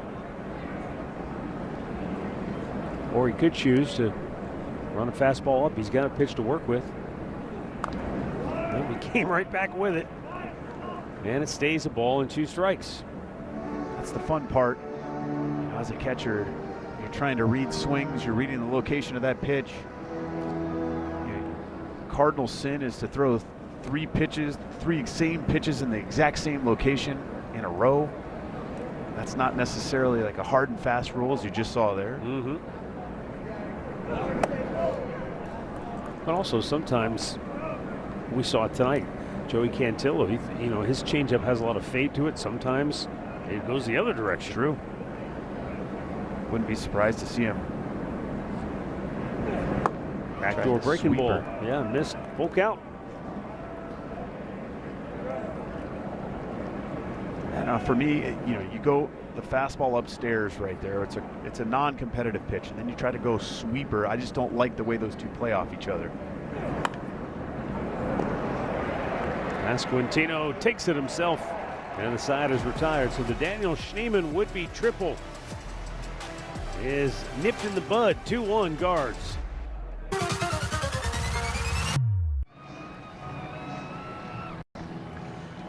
A little bit of a surprise here. Joey Cantillo is out of the game. He had retired 7 in a row and seemed to be in a pretty good rhythm, and he's only at 70 pitches. But the Cleveland Clinic call to the bullpen made nonetheless for Matt Festa. With the Guardians up 2-1 here, bottom of the 6th. I do believe part of the reason you're seeing Matt Festa in this game right now is you're going through 2, 3, 4, all right-handed hitters. Stephen Vogt likes this matchup a little bit better than seeing Joey Cantillo for a 3rd time through. That heart of the order. I'm sure too, when they were talking about this game beforehand, if you're kind of trying to map certain things out, not that it's scripted, but it is sort of scripted to a certain extent, where you're trying to plan for all contingencies. Right field down the line, and it's off the netting. David Fry giving it a look. Now you're trying to win the game. Yes. Guardians looking to snap a 3-game skid, avoid equaling their longest losing streak of the year. Kansas City trying to win their 6th in a row.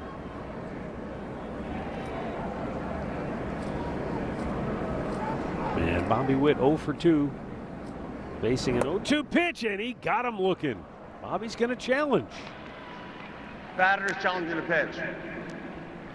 Ooh, this has been Challenge City tonight. I don't think Bobby's going to be too happy. He's out. Call is confirmed. Kansas City has 1 challenge remaining. That is the first ABS call that has not been overturned tonight. And out number 1 in the bottom of the 6th.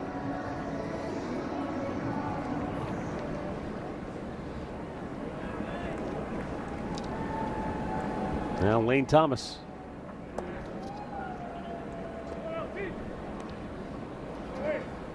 Just a little low. Thomas walked his last time up.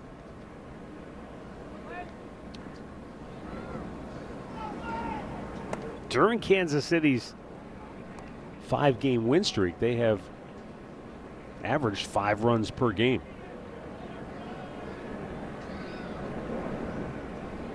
Well, as most offenses are, we've seen that as our offense is a prime example, but you can be streaky.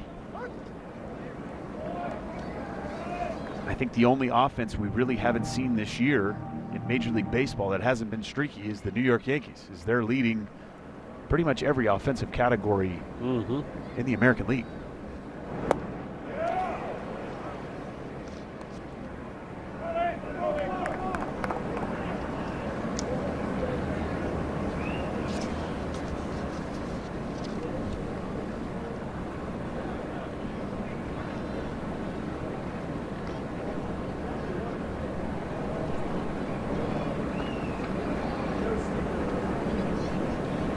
The 2-2 is popped out of play. Entering tonight's game, the Guardians were 24th in the majors, averaging 4.08 runs per game.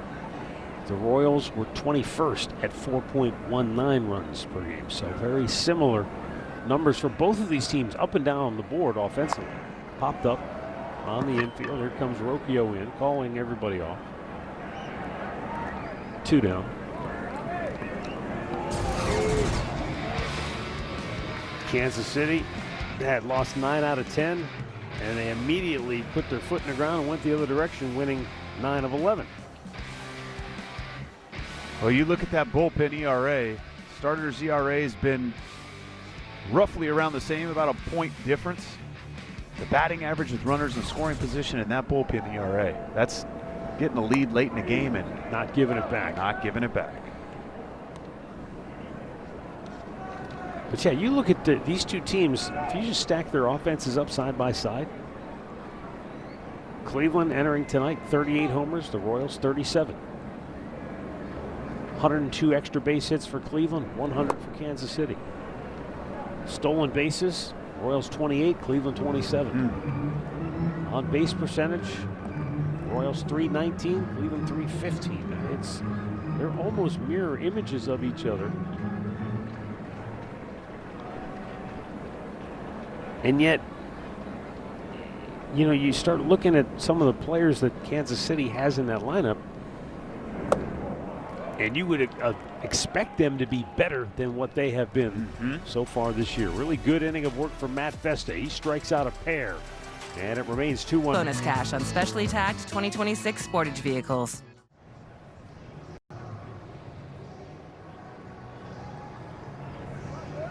Seventh inning, 2-1 Guardians on top. Austin Hedges will lead it off for Cleveland. John Schreiber still out here for Kansas City. They have a right-hander getting loose in their bullpen. Schreiber worked a scoreless 6th inning. And a swing and a miss by Hedges. Austin walked to lead off the 5th inning, and that led to 2 runs for the Guardians and put them in front.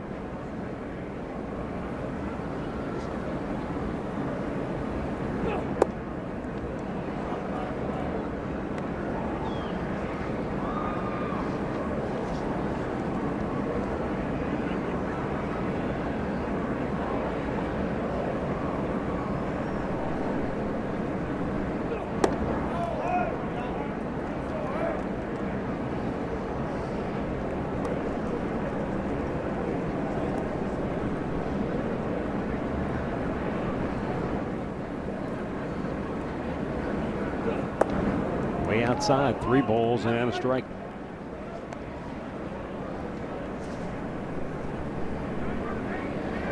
Give Hedges some credit. Again, gotten himself into a good count. Situation now, you're looking for a pitch to try to do some damage on.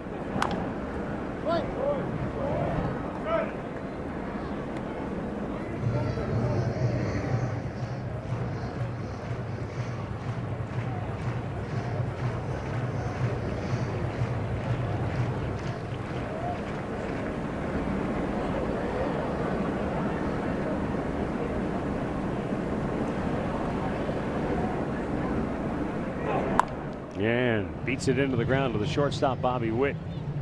And he throws him out, 1 down. Back in the 5th inning, Austin Hedges walked, moved to second. There was a close play at second. It was challenged by the Royals. It was upheld. And then he stole third base and ends up coming home part of a 2-run single by Chase DeLauder.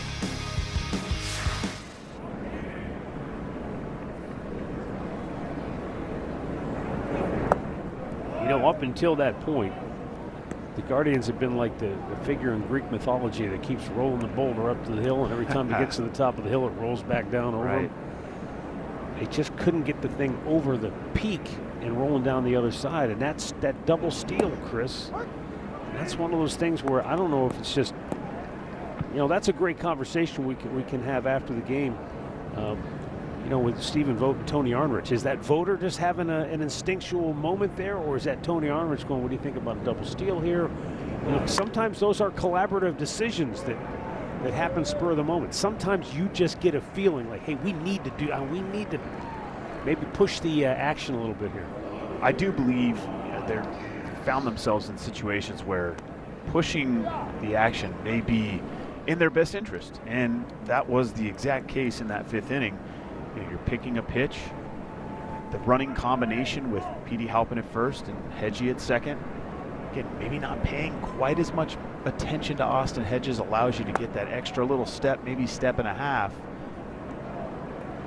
But you got to have a player that's willing to take that chance as well. And that's one thing we know, Hedgie's for the boys. And a line drive single to right field for Angel Martinez. So he's been on twice tonight out of the leadoff spot in the batting order.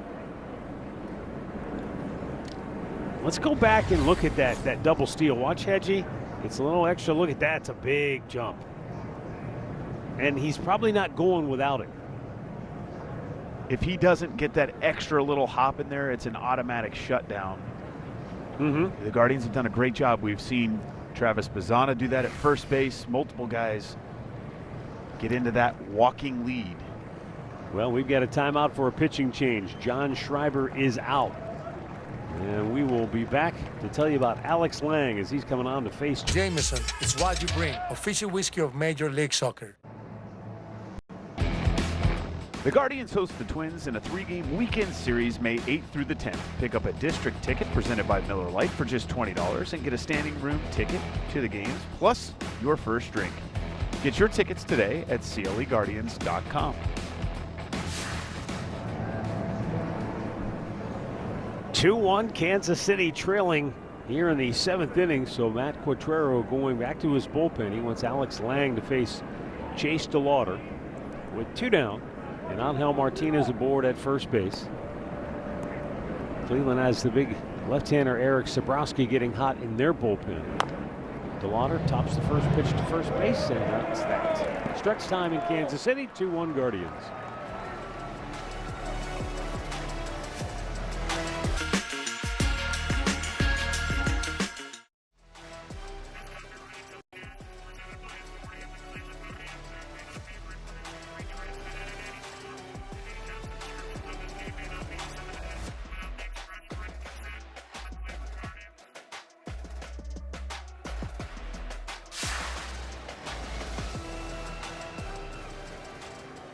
Doesn't look like a lap dog.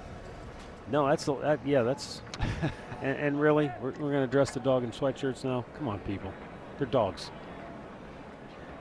Matching sweatshirts at that. Eric Sabrowski on to face Vinny Pasquantino here in the bottom of the 7th inning. Pasquantino 0 for 2, and Sabrowski on the work the 7th. By the way, they tell us that the starting pitcher tonight for Kansas City, Cole Reagans, he left with soreness in the elbow and tricep area. That's generally not a good thing.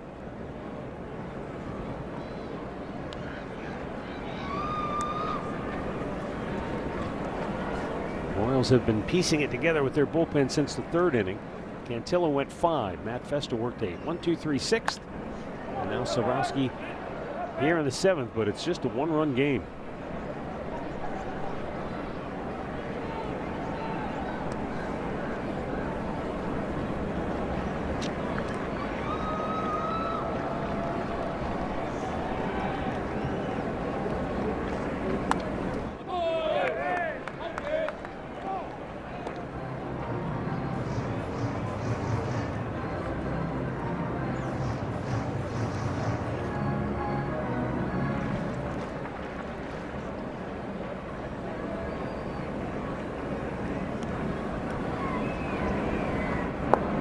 Check. Did he go? He did on the appeal. John Bacon punches him out. And that is the 4th strikeout for Cleveland pitching tonight. That was close regardless. That is the first breaking ball that Vinny Pasquantino had seen that at bat.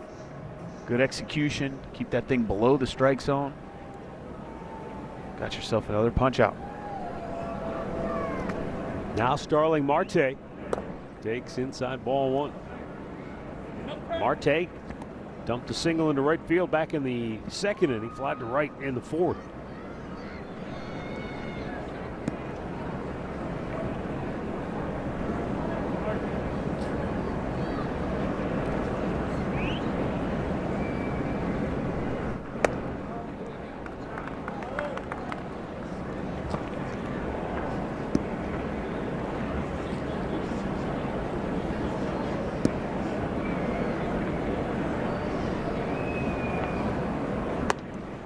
Zabrowski misses high.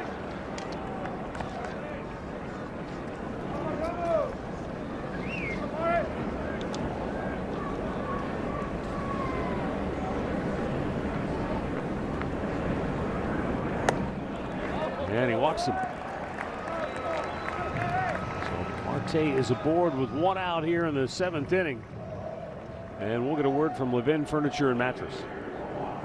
Sink into unbeatable comfort with Lazy Boy recliners. Starting at just $395. Nobody sells Lazy Boy for less than Levin. Matt Underwood, Chris Jimenez, and Kaylee Griffin with you here in Kansas City. We get a pinch runner now as Kyle Isbell comes on to run for Starling Marte at first base.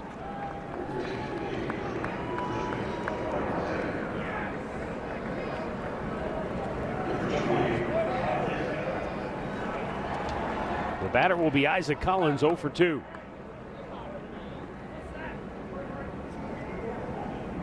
And that missed down and in. And out goes Hedges quickly. Good visit. You know, Zabrowski hasn't pitched in 5 days. Right. He last worked on the 1st of May in Sacramento. Pitched a scoreless inning.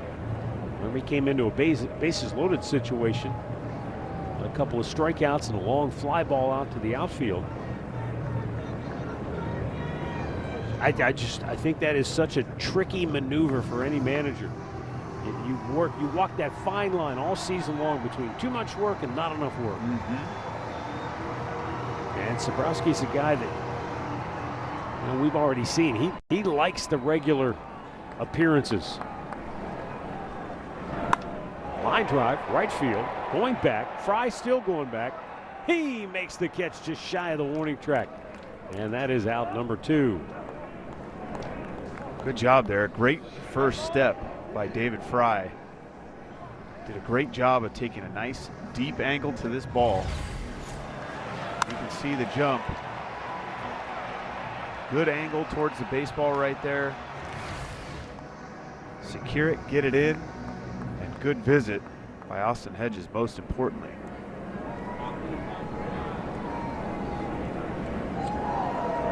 Now Nick Lofton, 0 for 1 with a walk. And I think the thing with Eric Zabrowski is, as I said, he wants the ball. He's got that bulldog mentality. But I think the organization is always mindful of he's a 2-time Tommy John surgery. And you love that's where he's at mentally. Yeah. You know, where he's not thinking about that at all. But he missed almost 2 full seasons of action recovering. And so you always have to be mindful of not running a guy into the ground. Missed outside. And a lot of the leverage guys in the back end of this Guardians bullpen haven't thrown a ton here the last couple of days. 3-game losing streak. Yes, you know, the starters have been out of the game, but and some other guys that have had to take those innings down. Yeah, likewise, Cade Smith has not pitched since May 1st.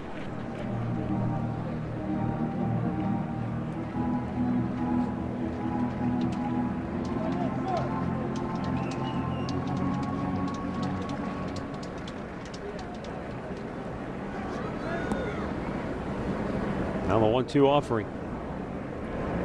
And a chopper to third. It goes foul. Just did kick left of the bag. And so we'll come back and try again.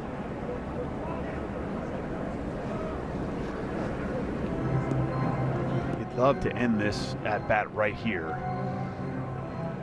if you can. That way you've got a 9-hole hitter leading off next inning, whether that's a pinch hitter who has not seen a pitch in the game or Elias Diaz, maybe not necessarily known for his offensive prowess. Zabrowski trying to add to his league leading 12 holds. The 1-2. Oh yeah. Make that to go. Ring him up. Couple of Ks for Eric Zabrowski. And we head to the 8th inning with the Guardians up a run. And Rhys Hoskins is due up second in the 8th inning. Other Luck sponsors today. 3-6-5 scores from around the Central Division. Tigers shut out at home. White Sox dumped by the Halos. And the Nats ran roughshod over the Twins. Jose Ramirez leads off here. In the 8th inning, Guardians up a run. The American League Central Division is packed tighter than any division in baseball. Just a game and a half separating first place and last place entering play today. So whoever wins this game tonight puts themselves in a pretty good position. If the Guardians win, they're in sole possession of first place. Kansas City could leapfrog them into first place with a victory. A swing and a miss by Ramirez. Now, the detractors, the naysayers, the negative Nellies, they would look at it and say, well, everybody's under 500 in that their Central Division of yours. That's all right. We'll let them say that for now.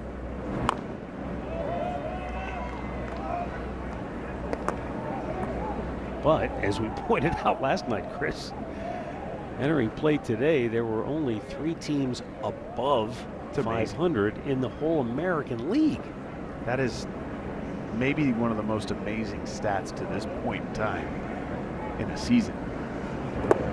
Skipped in there. Now, obviously, you flip that over to the National League, much different picture in the NL.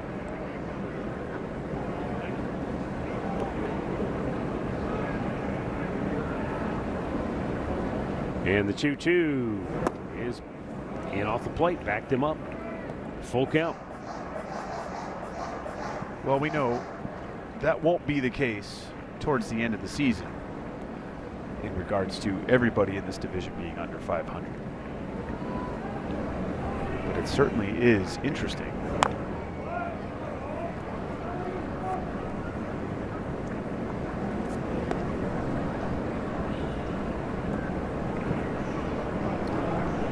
Jose, he walked in the first, reached on an error in the third, fly to left in the fifth. And Alex Lang with the payoff pitch.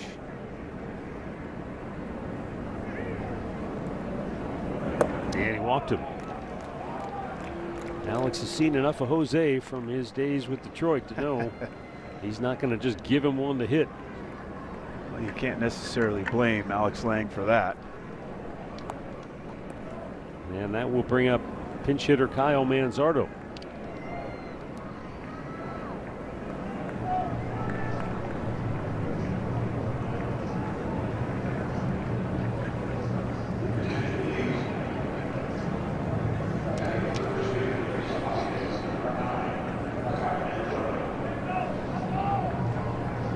I wonder if you see Jose be aggressive here at first base as well. Go downstairs and check in here with Kaylee Griffin. Matt, the other day I talked to hitting coach Grant Fink specifically about Kyle Manzardo and the work he's been putting in recently. And he said at the beginning of the year, he was one of the more unlucky players in baseball. So that's a hard way to start a season. But he kind of came to this point where he was like, I'm just going to put in the work, put my head down, and know that's going to turn around. And that's what he's been doing. He said he's been trying to do things daily to find some success on the field and keep him positive, and then getting out there like all the guys on this team. He's just focusing on quality at bats, and he's getting more competitive at the plate. And we're starting to see it turn around. Those at bats are starting to come together. Thanks, Kaylee. Throw was a little high and wide. Bobby Witt did well to keep that from going into center field. Had he not, Jose would be standing on third base right now. Well, this is a great jump by Jose. You thought this is a situation you could see him take off in.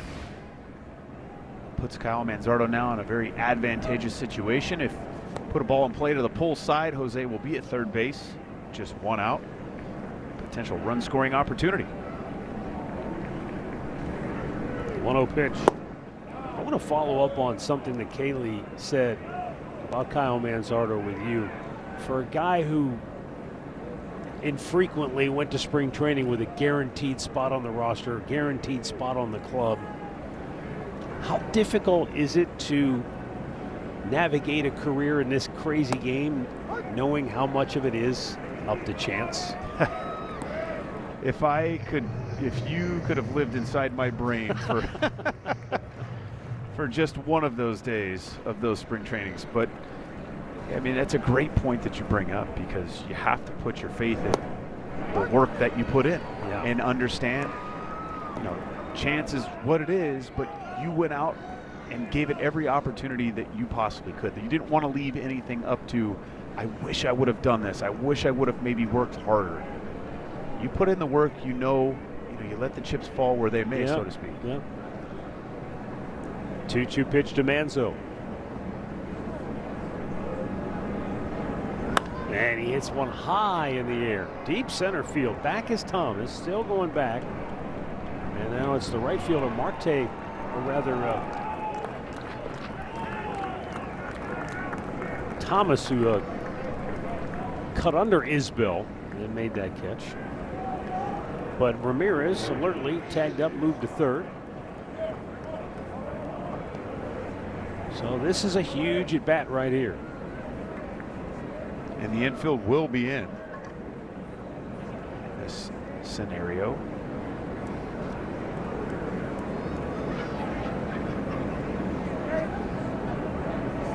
Fry 0 for 3 on the night. Backed him up.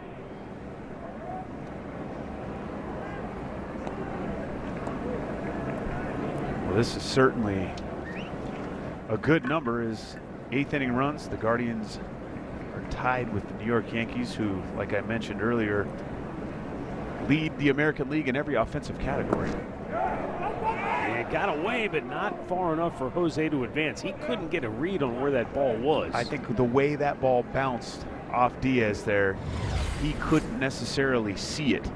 You can see Diaz get over. He sees the ball bounce up, but he can't tell how far away it is at that point. And you can see Jose shaking his head there. No reason to really take a chance with just one out here in the 8th inning.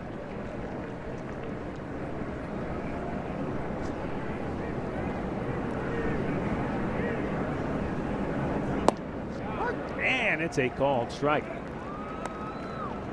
The Kansas City Royals lead the American League with 14 sacrifice flies. The Cleveland Guardians are next to last. Only 6 sacrifice flies so far this year. The 2-1 to David Fry, and he hits it hard to third. It handcuffed Garcia. It gets away. Ramirez will score. Fry is thrown out. It's 3-1 Cleveland. If Garcia comes up with that cleanly, they've got Jose hung up in no man's land. They probably do. Nonetheless, it works. David Fry hit this ball very difficult. You can see Jose on contact taking off. Give Bobby Witt a little credit there as well. I don't know. It's going to be a tough play regardless. David Fry ultimately getting that job done. That's a big run there for the Cleveland Guardians. And now Daniel Schneemann pops it foul down the left side.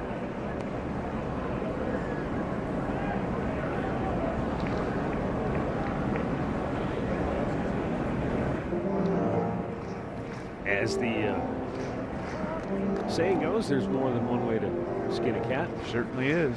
And they don't get the sacrifice fly, which again they haven't, only a half dozen so far this year, which is second fewest only to Boston of all teams in the American League. But they get the run home by putting the ball in play. Yes, and that's the key, is finding a way to scratch and claw. In those types of situations, yeah, sac flies work. Ground ball to the pull side like that works. Anything you're making a defender move to his left or right with Jose, you gotta feel pretty good about yourself. And a pitch up and away, 2-1, Daniel Schneemann.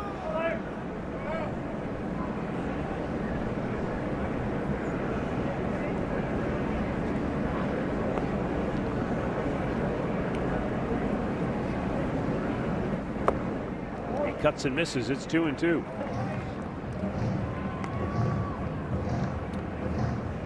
You know, the other weird thing about baseball, Chris, is how some nights a 5-run deficit seems like nothing, and there are other nights where 2 runs, that extra run the Guardians just scored right there, probably seems like a lot. Yes, it does. If you're on Kansas City side of the ledger. Flip to left, in comes Collins. He'll make the catch. So Jose Ramirez literally willed himself around the bases. He steals second. gets to third, tag up, and comes home on a ground ball to third base. And it's 3-1 Guardians.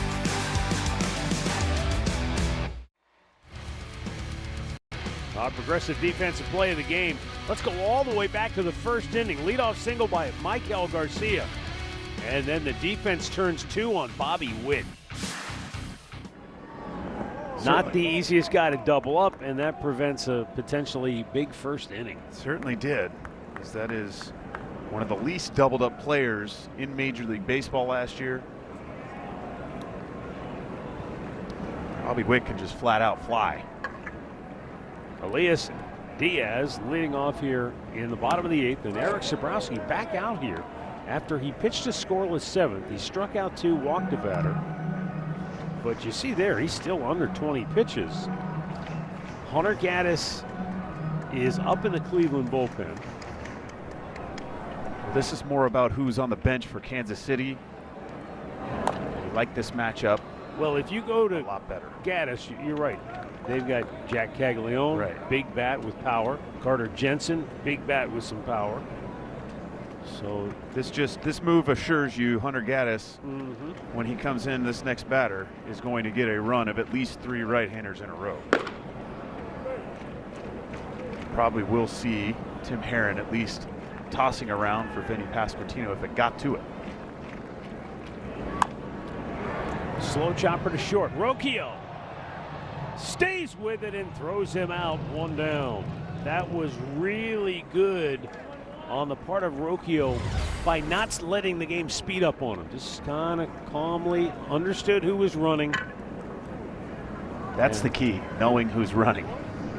Under control, nice play. That's it for Sabrowski. He's going to bring on Hunter Gaddis to face the top of the order with 1 out here in the bottom of the 8th, and the Guardians up 3-1.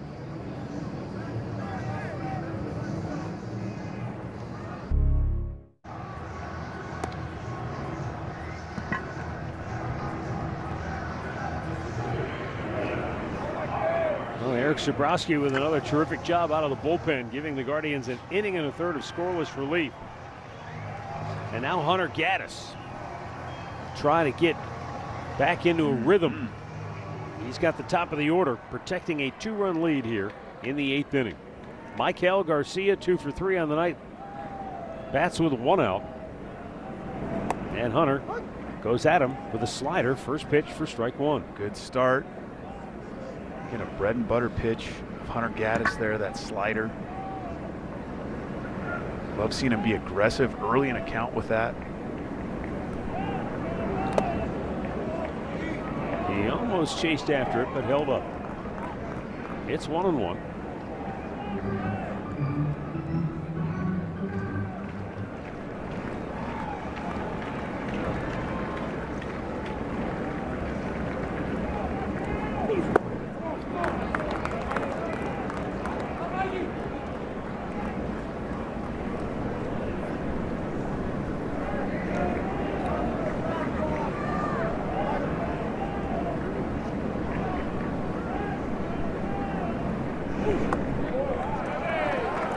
Yet to throw a fastball. Are you surprised that you don't use the fastball at all? Well, surprised, no. You know, that's, like I mentioned, a bread and butter pitch of Hunter Gaddis, but that's also a weak pitch for Garcia. A challenge. There was a fastball. Catcher challenging the pitch. It was called a ball. Austin Hedges will challenge. Guardians still have 2 remaining, and it is ball 4. Call is confirmed. The runner goes to first, and Cleveland has 1 challenge remaining.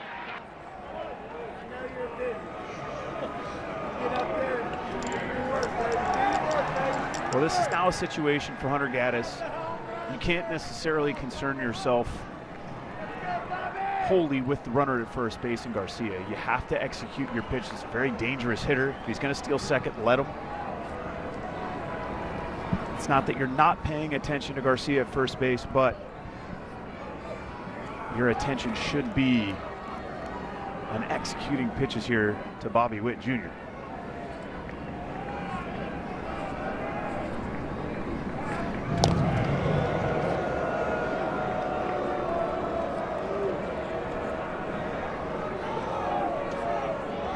Garcia 4 steals in 6 attempts this year.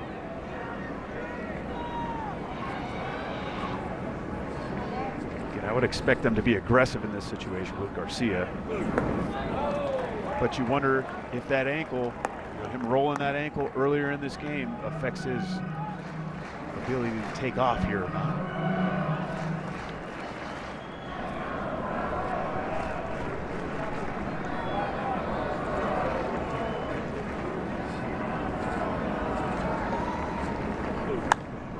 Right field. Back is Fry. Shy of the track. 1 down, or make that 2 down. And back to first goes Garcia. And that was a very big out for Hunter Gaddis. Now we'll get a pinch hitter for Lane Thomas, Jack Caglione. So Matt Quatrero with the tying run at the plate, going to fire one of his big left-handed bats off the bench.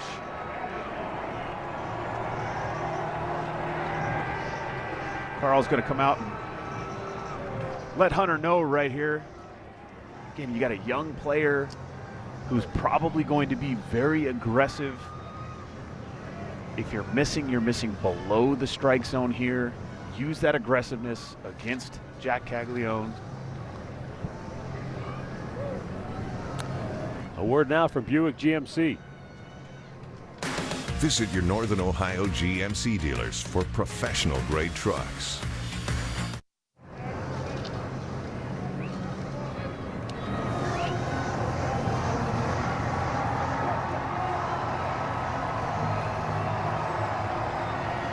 In the first 2 games of this series, Caglione was 1 for 3 in the opener with a home run. Last night 0 for 4, struck out twice. Way out in front of the splitter. Well, you knew he was going to be aggressive. This splitter again stayed up, but you can see that fade out of the strike zone. Great pitch. Right field, right at him, and Fry squeezes it to retire the side. We're headed to the 9th in Kansas City. It's 3-1 Cleveland. You're on.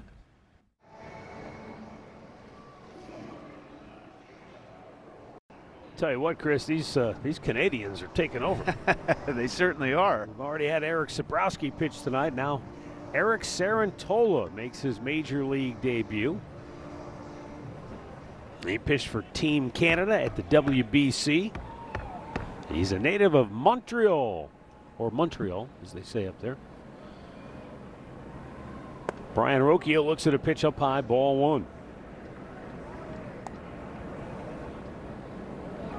Well, I'm sure the emotions are running rampant through him right now.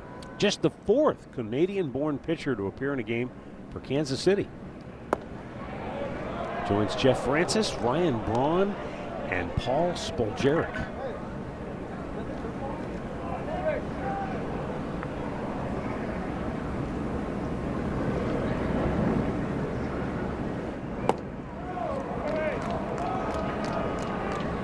Yeah, a lot of arms and legs, and he's having a tough time commanding it here right out of the chute. Lots of times it's just so difficult to control the emotions. Takes all the way. It's a strike.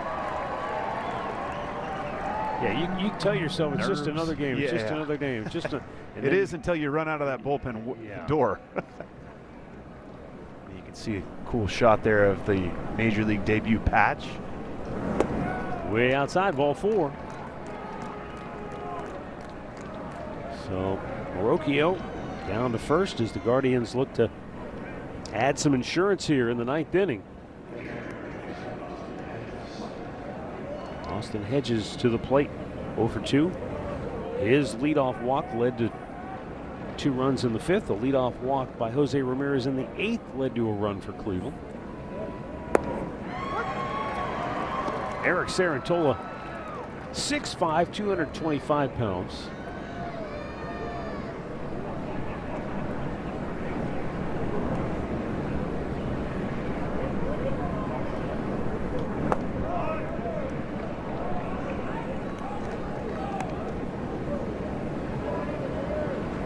had to work for it.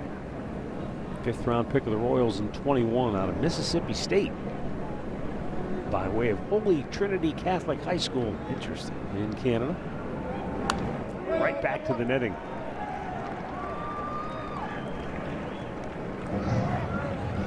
With that leadoff walk to Brian Rocchio, that is now 6 walks tonight. Our keys to the game, we're playing in traffic. 6 walks the past 3 games for the Guardians, 6 tonight alone.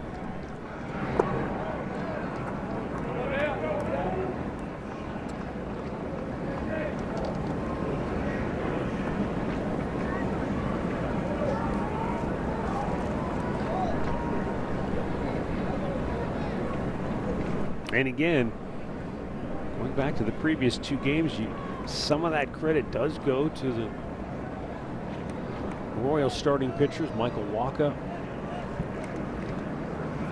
There goes Rocchio, takes off, and Hedges lines it into left field, a base hit. Rocchio on his way to third. He'll make it in safely. And now Cleveland has runners at the corners with nobody out as Austin Hedges picks up another base hit. Well, Hedgie absolutely smoked this ball.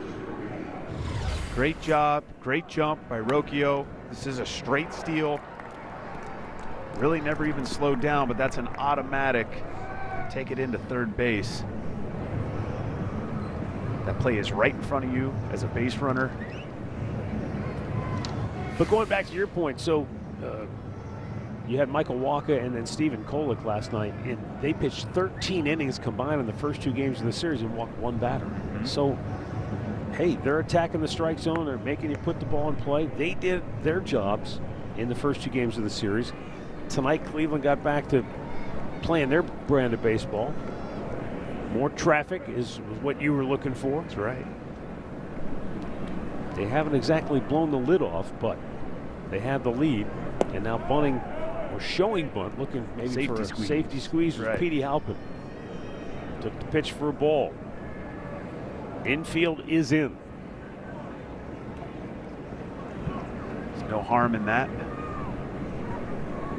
Pulling back on that safety squeeze there. Don't be surprised to see it maybe happen again. He jabbed at it, missed, and the throw to third, they got him.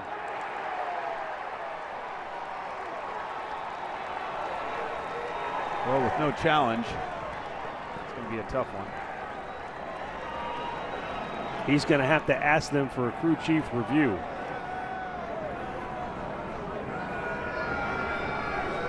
And Vic Carapazza said, yeah, we'll take a look at that. It was close. The crew chief review of the out call at third base.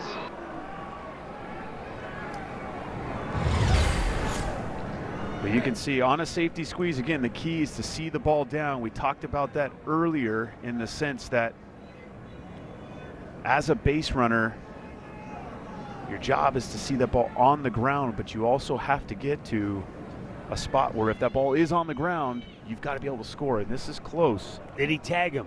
I think he's already on the base right there. By the time he gets him on the belt, I think he's on the base. But this is another one. You feel like you're splitting hairs. Right. There's a number of pretty good looks, but I don't think he tagged him. It's just like Bobby Witt. He went straight down and tags the dirt. He definitely doesn't have a tag on there, and Rocchio's on the bag. So I don't see how this is not overturned.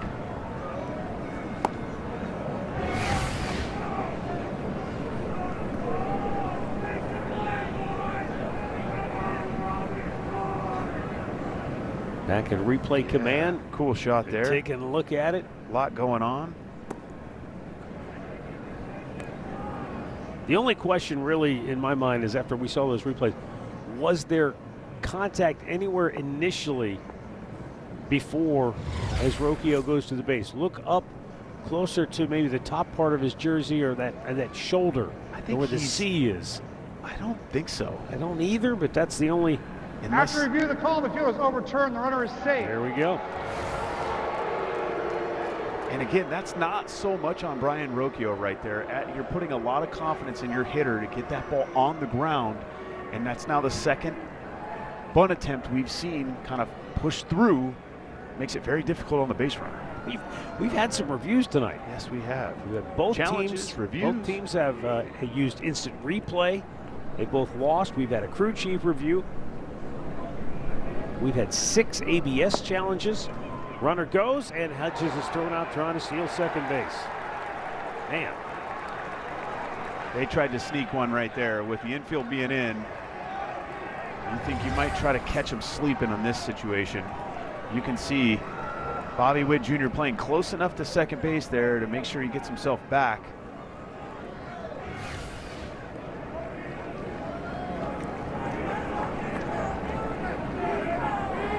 So that's the first out of the inning. The infield is in, but now Petey Halpin is down on the count 1-2.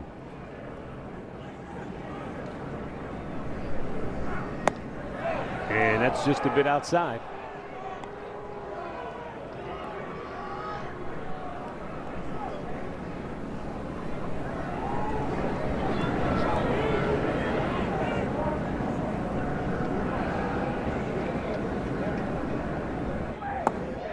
Struck him out. 2 down.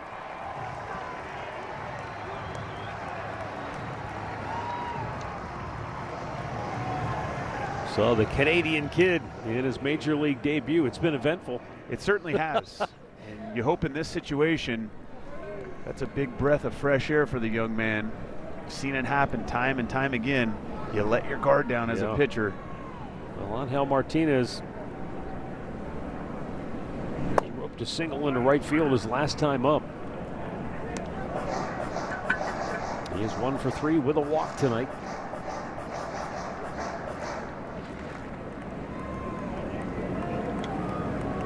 Eric Sarantola.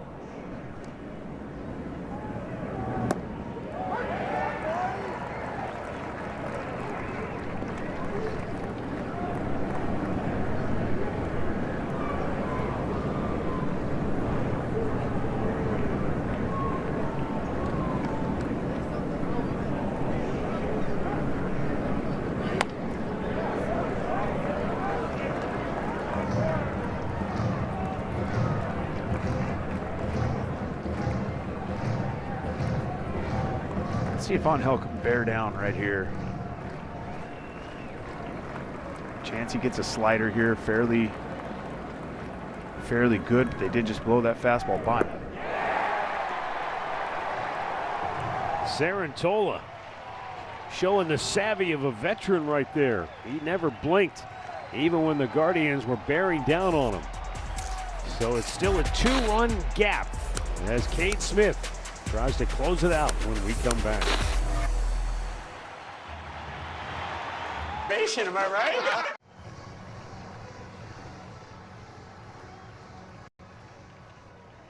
Last chance for Kansas City. Bottom of the 9th inning. Cade Smith hasn't pitched since May 1st. And he throws the first pitch. Breaking ball in there for a strike. The slider gets him ahead. Cade is tied for 4th in the American League with 8 saves entering play today. Lucas Erceg of the Royals has already nailed down 10 for Kansas City. Tied for the league entering action today. Swing and a miss. Down goes Sal Perez. 1 down in the 9th. This is a splitter that just disappears. We haven't seen that split out of Cade in a while. The bottom fell out of that one. That's a man that's foaming at the mouth. Hasn't pitched in a while.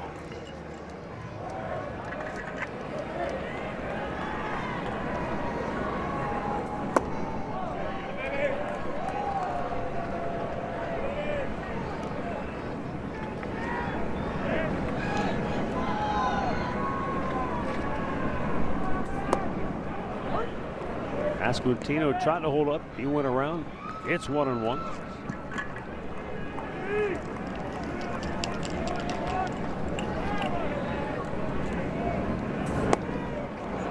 And then he goes at him with a 4-seam fastball. Pasquantino probably his eyes lit up when he saw a fastball backspin rotation. If it was anywhere close, he was going to swing, and he did. I believe you're right on that one. Again, now you got options. You stay harder, you go to that split. It's a pull shot through the right side of the infield. Nice job. That's a really good piece of hitting. Nothing you can do. He made his pitch. Pasquantino went down and hooked it in the hole. I think Vinny's up there sitting there thinking, I know I'm going to get one at some point. Again, give Cade credit. That's a ball all the way. That's a great pitch. Sometimes you just have to tip your cap. As Vinny Pasquantino was able to put that ball in play and find a hole.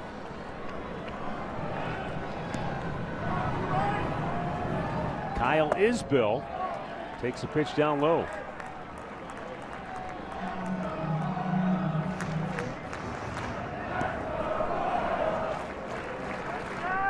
Isbell came on to run for Starling Marte in the 7th inning. He is now the tying run at the plate.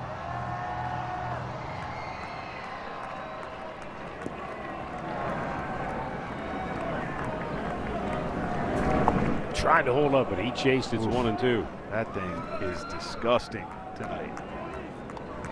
Cade has a very good feel for that split. Look where this pitch starts and where it ends up. Not much Kyle Isbell could do with that pitch. Isbell taking a little extra time trying to slow Smith down.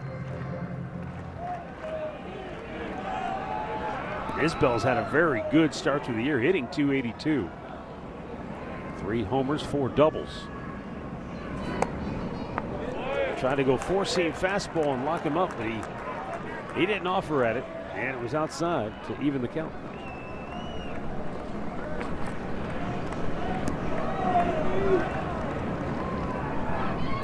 Good pitch.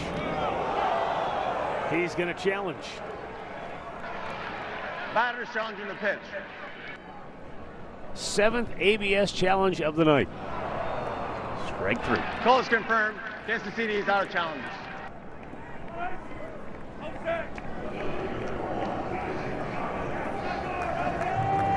So Cade Smith with his 2nd strikeout.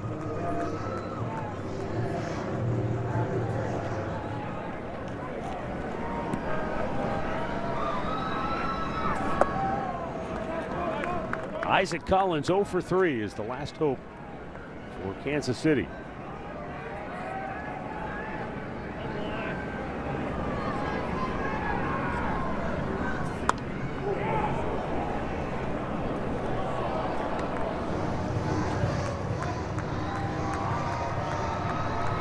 One ball, 1 strike. Kansas City had won 5 in a row entering tonight. Guardians had dropped 3 straight. And it's 1-2.